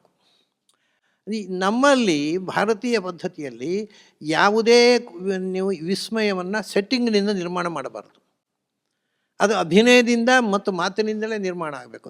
ಬರೇ ಅಭಿನಯ ಆಂಗಿಕ, ಆಹಾರ್ಯ ಮತ್ತು ವಾಚಿಕ, ಈ ಅಭಿನಯಗಳಿಂದಲೇ ಅಲ್ಲಿ ಕ್ರಿಯೇಟ್ ಮಾಡಬೇಕು ಅಟ್ಮಾಸ್ಫಿಯರನ್ನು, ಹೊರತು ಸೆಟ್ಟಿಂಗ್ನಿಂದ ಅಲ್ಲ. ಸೆಟ್ಟಿಂಗ್ನಿಂದ ಬಂದದ್ದು ನಮ್ಮ ಕಂಪನಿ ನಾಟಕಗಳಿಂದ ಸೆಟ್ಟಿಂಗ್ ಬಂದದ್ದು. ಇಲ್ಲಿ ಹಿಂದೆ ಅದು ಕೂಡ ಕಾಳಿದಾಸ ಹೇಳ್ತಾನೆ, ಈಗ ದುಷ್ಯಂತ ರಥದಲ್ಲಿ ಬರ್ತಾನೆ ಕುದುರೆ ಮೇಲೆ. ಈಗ ನೀವು ಒಂದು ರಥ ಮಾಡಿ ಕುದುರೆ ಮಾಡಿ ಅದರಲ್ಲಿ ಬಂದರೆ ನಾಟಕ ಆಗೋಲ್ಲ ಅದು. ಅವನು ಹೇಳ್ತಾನೆ, ನಾಟ್ಯೇನ ಅವತೀರ್ಯ, ನೀವು ಕುದುರೆ ಗಾಡಿಯಿಂದ ಕೆಳಗಿಳಿಯುವಂತೆ ನಾಟ್ಯದಿಂದ ತೋರಿಸಿ ಅಂತಾನೆ. ಈ ಎಲ್ಲವೂ ಕ್ರಿಯೆ ನಮ್ಮ ಅಭಿನಯದಲ್ಲಿ ತೋರಿಸ್ಬೇಕು ಹೊರತು ಸೆಟ್ಟಿಂಗ್ ತೋರಿಸ್ಬಾರ್ದು. ನೀವು ಅಲ್ಲಿ ಜೀವಂತವಾದ ಕುದುರೆ ಅವನ ರಥ ಇಟ್ಕೊಂಡು ಅಲ್ಲಿಗೆ ಬಂದುಬಿಟ್ರೆ ಅದು ನಾಟಕ ಆಗೋದಿಲ್ಲ. ಬಟ್ ಹಿಂದೆ ಯಾವುದೇ ಕೂಡ ಅದು ಅವ್ರು ಹೇಳ್ತಾರಲ್ಲ, ವಿಭಾವ, ಅನುಭಾವ, ವ್ಯಭಿಚಾರಿ ಭಾವ, ಸ್ಥಾಯಿ ಭಾವ, ಅದೆಲ್ಲವೂ ಕೂಡ ಅಲ್ಲಿ ನೀವು ಅಭಿನಯದಿಂದ ತೋರಿಸ್ಬೇಕು. ಅದನ್ನ ಯಾವುದು ಸೆಟ್ಟಿಂಗ್ ಮಾಡುವಾಗಿಲ್ಲ. ಆ ರೀತಿ ಇದ್ದದ್ದು ಭಾರತೀಯ ನಾಟ್ಯ ಪದ್ಧತಿ. ಅಂಥ ಕೆಲಸ ಇವತ್ತು ನಡೀತಾ ಇದೆ. ನನಗೆ ನಮ್ಮ ನಿರ್ಮಲಾ ಅವರ ಪರಿಶ್ರಮ ಬಹಳ ವಿಚಿತ್ರ. ನಾನು ಅನೇಕ ಅವರ ಕೆಲಸಗಳನ್ನು ನೋಡಿದ್ದೇನೆ. ಅವರಲ್ಲಿ ಒಂದೇನು ಅಂದರೆ, ಲಕ್ಷ್ಮೀನಾರಾಯಣಾಚಾರ್ಯ ತರಬೇತಿ ಆದರೂ ಅವರು ಕ್ರಿಯೇಟಿವಿಟಿ ಉಳಿಸಿಕೊಂಡಿದ್ದಾರೆ, ಒರಿಜಿನಾಲಿಟಿ ಉಳಿಸಿಕೊಂಡಿದ್ದಾರೆ. ಇನ್ನೊಬ್ಬರು ಮಾಡೋದನ್ನು ಮಾಡಿ ತೋರಿಸ್ಬೇಕು ಅನ್ನೋ ಛಲ ಬೇಕು. ಅದು ಈ ನಾಟ್ಯ ಶಾಲೆಯಲ್ಲಿ ನಾನು ಪೂರ್ತಿ ಇಲ್ಲಿ ಕೆಲಸ ನೋಡಿದಷ್ಟು ಅಂಶ. ನನಗೇನು ಅಂದರೆ, ಈ ಪಂಪ ಒಳ್ಳೆಯ ಹೆಸರು. ಇವತ್ತು ಪಂಪ ಅಂದರೆ ಯಾರು ಅಂತ ಕನ್ನಡಿಗರಿಗೆ ಗೊತ್ತಿಲ್ಲ, ಮರ್ತೋಗಿದೆ. ಈಗ ಹಳೆಗನ್ನಡ ಅದು. ಪಂಪ ಅಂತ ಒಬ್ಬ ಇದ್ದನ, ಮುದ್ದಣ ಅಂತ ಒಬ್ಬ ಇದ್ನ ಅಂತ ಕೇಳ್ತಾರೆ ಕನ್ನಡ ಎಮ್ಮೆ ಆದವರು. ಯಾಕೆ ಅವ್ರಿಗೆ ಹಳೆಗನ್ನಡ ಗೊತ್ತೇ ಇಲ್ಲ. ನಮ್ಮಲ್ಲಿ ಒಂದು ನಾಟಕ ಮಾಡಿದರು, ಅಶ್ವತ್ಥಾಮನ್ ಅಂತ, ಸ್ವಲ್ಪ ಹಳೆಗನ್ನಡ ಇದೆ ಅದು. ಅದರಲ್ಲಿ ಆಮೇಲೆ ನೀವು ಇದನ್ನು ಯಾವುದಾದರೂ ಒಂದು ಪದ್ಯ ತಗೊಳ್ಳಿ, ಸುಮ್ಮನೆ ಶ್ರೀ ವಧುವಿನ ಅಂಬಕ ಚಕೋರಕಂ ಪೊರೆಯೇ ಭಕ್ತಾವಳಿಯ ಹರ್ತುಕುಮದ ಕೋರಕಂ ಬಿರಿಯೇ ಜಗತಿ ವಲಯದ ಮಲ ಸೌಭಾಗ್ಯ ರತ್ನಾಕರಂ ಪೆರ್ಚಿನ ಮೇಲೆ ಒರಿಯೇ. ಇದು ಯಾವ ಭಾಷೆ ಅಂತಾರೆ? ಏನೋ ಪೆರ್ಚಿ ಗಿರ್ಚಿ ಅಂತ ಹೇಳ್ತಾರೆ. ಯಾವ ಭಾಷೆ ಇದು? ಓ ಕಾಲಪುರುಷಂಗೆ ಗುಣವಣಂ ಇಲ್ಲಂಗಡ ಜಡಂಗಡ ನಿಸ್ತೇಜಂಗಡ ಒಡಲೋಳು ಗುಡುಗುಟ್ಟುಗುಂಗಡ. ಇವು ಕೇಳಿ ಗಡಗಡ ನಡಿಬಿಡ್ತಾರೆ. ನೀಂ ಪಂಡಿತವಕ್ಕೆ ನಿಜವಾಗಿರುತ್ತೊಡಂ ನಿರ್ಗುತ್ತಕ್ಕೆ ಮರ್ದನ್ ಉಸಿರೈ. ಏನು ಚಂದ ಕನ್ನಡ! ಅರ್ಥ ಆಗೋಲ್ಲ ನಮ್ಮ ಜನಕ್ಕೆ. ಯಾಕೆಂದರೆ ನಾವು ಕನ್ನಡವನ್ನು ಮರೀತಾ ಇದ್ದೇವೆ. ನಾನು ಎಷ್ಟೋ ಸರ್ತಿ ಹೇಳೋದುಂಟು, ಕನ್ನಡ ಮರೆತು ಏನಾಗಿದೆ ನಮಗೆ ಅಂದರೆ, ನಕ್ಷತ್ರ ಅಂದರೆ ಏನು ಅಂದರೆ, ನಕ್ಷತ್ರ ಅಂದರೆ ಸ್ಟಾರ್ ಅಷ್ಟೇ. ಇನ್ನೇನು ಗೊತ್ತು ನಮಗೆ? ಶುದ್ಧ ಕನ್ನಡದಲ್ಲಿ ಹೇಳಬೇಕು, ಸ್ಟಾರ್ ಅಂತ ಹೇಳಬೇಕು. ನಕ್ಷತ್ರ ಅಂದರೆ ಏನು ಸರ್? ಅದು ಸ್ಟಾರ್. ಈಗ ಅರ್ಥ ಆಯಿತು. ನನಗೆ ಕನ್ನಡದಲ್ಲಿ ಆ ಶಬ್ದ ಇತ್ತು ಮುಂಚೆ, ಅರಿಲ್ ಅಂತ ನಕ್ಷತ್ರಕ್ಕೆ. ಇವತ್ತು ಯಾರಿಗೂ ಗೊತ್ತಿಲ್ಲ ಆ ಶಬ್ದ. ಆಮೇಲೆ ಇನ್ನೂ ತಮಾಷೆಯಿಂದ ನಾನು ನಮ್ಮ ಹುಡುಗರಿಗೆ ತಮಾಷೆ ಮಾಡೋದು, ನೀವು ಇಂಗ್ಲೀಷ್ನಲ್ಲಿ ಲವ್ ಮಾಡ್ತೀರಿ, ಸಂಸ್ಕೃತದಲ್ಲಿ ಪ್ರೀತಿ ಮಾಡ್ತೀರಿ, ಕನ್ನಡದಲ್ಲಿ ಏನು ಮಾಡ್ತೀರಿ ಹೇಳಿ? ಏನು ಮಾಡಲಿಕ್ಕೆ? ನೀವು ಲವ್ ಮಾಡಬೇಕಾದ್ರೂ ಇಂಗ್ಲೀಷ್ ಬೇಕು, ಐ ಲವ್ ಯು ಅಂತ ಹೇಳಬೇಕು. ನಾನು ನಿನ್ನ ಪ್ರೀತಿಸ್ತೇನೆ ಅಂದರೆ ಸಂಸ್ಕೃತ ಆಯಿತು, ನಾನು ನಿನ್ನ ಲವ್ ಮಾಡ್ತೀನಿ ಇಂಗ್ಲೀಷ್ ಆಯಿತು. ಕನ್ನಡದಲ್ಲಿ ಎಂತ ಮಾಡೋದು ಅಂತ ಎಲ್ಲ ಕಳ್ಕೊಂಡ್ಬಿಟ್ಟಿದ್ದೇವೆ ನಾವು. ಆ ಭಾಷೆಯನ್ನು ಕಳ್ಕೊಂಡಿದ್ದೇವೆ ಅನ್ನೋ ಎಚ್ಚರವೂ ನಮಗಿಲ್ಲ. ಬೇಕಾದಷ್ಟು ಭಾಷೆಗಳು, ಒಂದು ಕಾಲದಲ್ಲಿ ಸಂಸ್ಕೃತ ತಿಂದಿತ್ತು ಕನ್ನಡವನ್ನು, ಈಗ ಇಂಗ್ಲೀಷ್ ತಿಂತಾಯಿದೆ. ಅಂದರೆ ಎಲ್ಲ ಹೋಯಿತು, ನಿರ್ನಾಮ ಆಗುತ್ತೆ, ಭಾಷೆಯೇ ನಾಶವಾಗ್ತಾ ಇದೆ. ಅದಕ್ಕೆ it is a dying language ಅಂತ. ಇನ್ನು ಹೆಚ್ಚು ಸಮಯ ಉಳಿಯೋಲ್ಲ, ಯಾಕೆಂದರೆ ಕನ್ನಡಿಗರಿಗೆ ಕನ್ನಡ ಬೇಡ ಆದಮೇಲೆ ಅದು ಯಾಕೆ ಉಳಿಯುತ್ತೆ? ಆ ಥರ ಆಗಿದೆ, ಪ್ಯಾಥೆಟಿಕ್ ಕಂಡೀಷನ್. ಹಿಂಗೆ ಕನ್ನಡದ ಅವಸ್ಥೆ, ದುರವಸ್ಥೆ. ಅಂದರೆ ಯಾಕೆ ಹೇಳ್ತೇನೆ, ಪಂಪ ಅನ್ನೋದು ಶುದ್ಧ ಕನ್ನಡ ಶಬ್ದ, ಅದು ಸಂಸ್ಕೃತ ಶಬ್ದವೂ ಅಲ್ಲ, ಯಾವ ಭಾಷೆದಲ್ಲ. ಪಂಪ ಮಹಾಕವಿಯನ್ನು ನೆನಪಿಸುವಂಥ ಒಂದು ದೊಡ್ಡ ಕನ್ನಡ ಸಾಹಿತ್ಯದ ಪರಂಪರೆಯನ್ನು ನೆನಪಿಸುವಂಥ ಹೆಸರು. ಹಾಗಾಗಿ ಅದನ್ನು ಇಲ್ಲಿ ಕನ್ನಡದ ಕಂಪು ಕೂಡ ಇರಬೇಕು. ಮತ್ತು ಕ್ರಿಯೇಟಿವ್ ಆಗಿರತಕ್ಕಂಥ ನಾಟ್ಯ ಪರಂಪರೆ ಇಲ್ಲಿ ಬೆಳೀತಾ ಇದೆ. ಅದು ನನಗೆ ತುಂಬ ಸಂತೋಷ ಕೊಟ್ಟದ್ದು. ಅದನ್ನು ಆಸ್ವಾದಿಸಬೇಕು. ಆದಷ್ಟು ನೀವು ನಿಮ್ಮ ಮಕ್ಕಳನ್ನು ಇಂಥ ಕಲೆಯಲ್ಲಿ ತೊಡಗಿಸಬೇಕು. ಯಾಕೆಂದರೆ ಅದು ಡಿವೈನ್ ಅಂತಂದು, ಅದು ಎಂಟರ್ಟೈನ್ಮೆಂಟ್ ಅಲ್ವೇ ಅಲ್ಲ, ಅದೊಂದು ಡಿವೈನು. ಅದನ್ನು ಅನುಭವಿಸುವಾಗ ಆಗ್ತಕ್ಕಂಥ ದಿವ್ಯಾನುಭೂತಿ ಉಂಟಲ್ಲ, ಅದೊಂದು ಬೇರೆ. ಆ ಅನುಭೂತಿಯ ಕಡೆಗೆ ನಮ್ಮನ್ನು ಕೊಂಡೊಯ್ಯಬೇಕು. ನಾಟ್ಯ ಆಗಲಿ, ಯಾವುದೇ ಆಗಲಿ, ಸಾಹಿತ್ಯ ಆಗಲಿ, ಸಂಗೀತವೂ ಹಾಗೆ. ಅದು ನೋಡಿ, ಸಂಗೀತದಲ್ಲಿ ಶೃಂಗಾರ ಇದೆ, ಭಕ್ತಿ ಇದೆ. ಅದು ಮುಖ್ಯ ಭಕ್ತಿಗೋಸ್ಕರವೇ ಇದ್ದದ್ದು. ವೀರರಸದಲ್ಲಿ ಹಾಡ್ರಿ ಅಂದರೆ ಆಗೋಲ್ಲ. ಒಳ್ಳೆ ಶಾಸ್ತ್ರೀಯ ಸಂಗೀತ ವೀರರಸ ಪ್ರಧಾನವಾಗಿ ಹಾಡ್ರಿ ಏನು ಹಾಡ್ತೀರಿ? ಅದಕ್ಕೆ ಯಕ್ಷಗಾನ ಬೇಕು, ಚಂಡೆ ಬೇಕು, ಯಕ್ಷಗಾನ, ಯಕ್ಷ ಸಂಗೀತ, ಭಾಗವತ. ಈ ಗಂಧರ್ವರು, ಅಪ್ಸರೆಯರು ಶುರು ಮಾಡಿದ ಕಲೆ ಇದು, ಸಂಗೀತ ಮತ್ತು ನಾಟ್ಯ. ಅಂದರೆ ದೇವಲೋಕದಿಂದ ಇಳಿದು, ನಾನು ಮೊದಲು ಹೇಳಿದಲ್ಲ, ಕಾಡು ಮನುಷ್ಯರಿಂದ ಬಂದದ್ದು. ನಮ್ಮ ಪರಂಪರೆ ಪ್ರಕಾರ ಹಾಗಲ್ಲ, ಎಲ್ಲವೂ ದೇವಲೋಕದಿಂದ ಬಂತು. ಭಾಷೆ ವೇದದಿಂದ ಬಂತು. ಸಂಗೀತ ಮತ್ತು ನಾಟ್ಯ ಗಂಧರ್ವರಿಂದ, ಅಪ್ಸರೆಯರಿಂದ ಬಂತು. ಎಲ್ಲ ಕಲೆಗಳು ಕೂಡ ಅನಾದಿಯಾಗಿ ಇಳಿದು ಬಂದದ್ದು, ಅದು ಡಿವೈನ್ ಅಂತ ಈ ದೃಷ್ಟಿಯಿಂದ ನಾವು ನೋಡಿದವರು. ಹಾಗೆಯೇ ನಮ್ಮ ಮಕ್ಕಳು ಇದನ್ನು ಒಂದು ಡಿವೈನ್ ಆರ್ಟ್ ಅಂತ, ಅದನ್ನು ದಿವ್ಯ ಕಲೆ ಅನ್ನೋ ಭಾವನೆಯಿಂದ ಅಭ್ಯಾಸ ಮಾಡಬೇಕು. ಒಂದು ಕಾಲದಲ್ಲಿ ಬಹಳ ತಪ್ಪು ಕಲ್ಪನೆ ಇತ್ತು, ಇದು ಮಡಿವಂತರು ಡಾನ್ಸ್ ಕಲಿಬಾರ್ದು ಅಂತ ಒಂದು ಭಾವನೆ ಇತ್ತು. ಈಗ ಅದು ಹೋಗ್ತಾ ಇದೆ, ಅದು ಹೋಗಬೇಕು. ಅದನ್ನು, ಆ ಕಲೆ ಅನ್ನೋದು ಒಂದು ಬರೇ ಕಲೆ. ಅದು ಕಲೆಯಲ್ಲಿ ಮಡಿಗೆ ಕಲೆ, ಮೈಲಿಗೆ ಕಲೆ ಅಂತಿಲ್ಲ. ನಮ್ಮಲ್ಲಿ ಸಂಸ್ಕೃತ ಮಡಿ ಭಾಷೆ, ಅದನ್ನು ಕಲಿಬಾರ್ದು ಅಂತ ಹೇಳ್ತಾರೆ. ಹಾಗೆ ಭಾಷೆಗೆ, ಕಲೆಗೆ ಮಡಿ ಮೈಲಿಗೆ ಇಲ್ಲ. ಅದು ಎಲ್ಲ ಕಲಾವಿದರು ಅದನ್ನು ಭಗವಂತನನ್ನು ಕಾಣುವ ಮಾಧ್ಯಮವಾಗಿ ಅದನ್ನು ಆಸ್ವಾದಿಸಬೇಕು. ಅಂಥ ಒಂದು ವಾತಾವರಣ ಇಲ್ಲಿ ನಿರ್ಮಾಣವಾಗಲಿ ಅಂತ ಹಾರೈಸಿ ನನ್ನ ಮಾತನ್ನು ಮುಗಿಸ್ತಾ ಇದ್ದೇನೆ. ನಮಸ್ಕಾರ.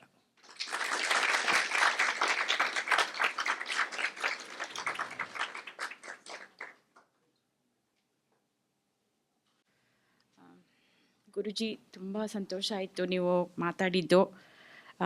It's very great. We had a good time. It's a good experience. I know some of my students I have written notes, so definitely I'll share with you guys in the class. And that's it. And then thanks for coming. Thanks for supporting our event today. And just small token appreciation to Guru. So let's thank our Guru Bananjay Govindacharya through a beautiful Vedic rendering that he has taught to all of us, and you all are very familiar with it. And let's end it with that, okay? Harihi Om Sahana Bhavatu Sahanau Bhunaktu Sahaviryam Karavavahai तेजस्विनावधीतमस्तु मा विद्विषावहै. ॐ शान्ति शान्ति शान्तिः. हरिः ॐ.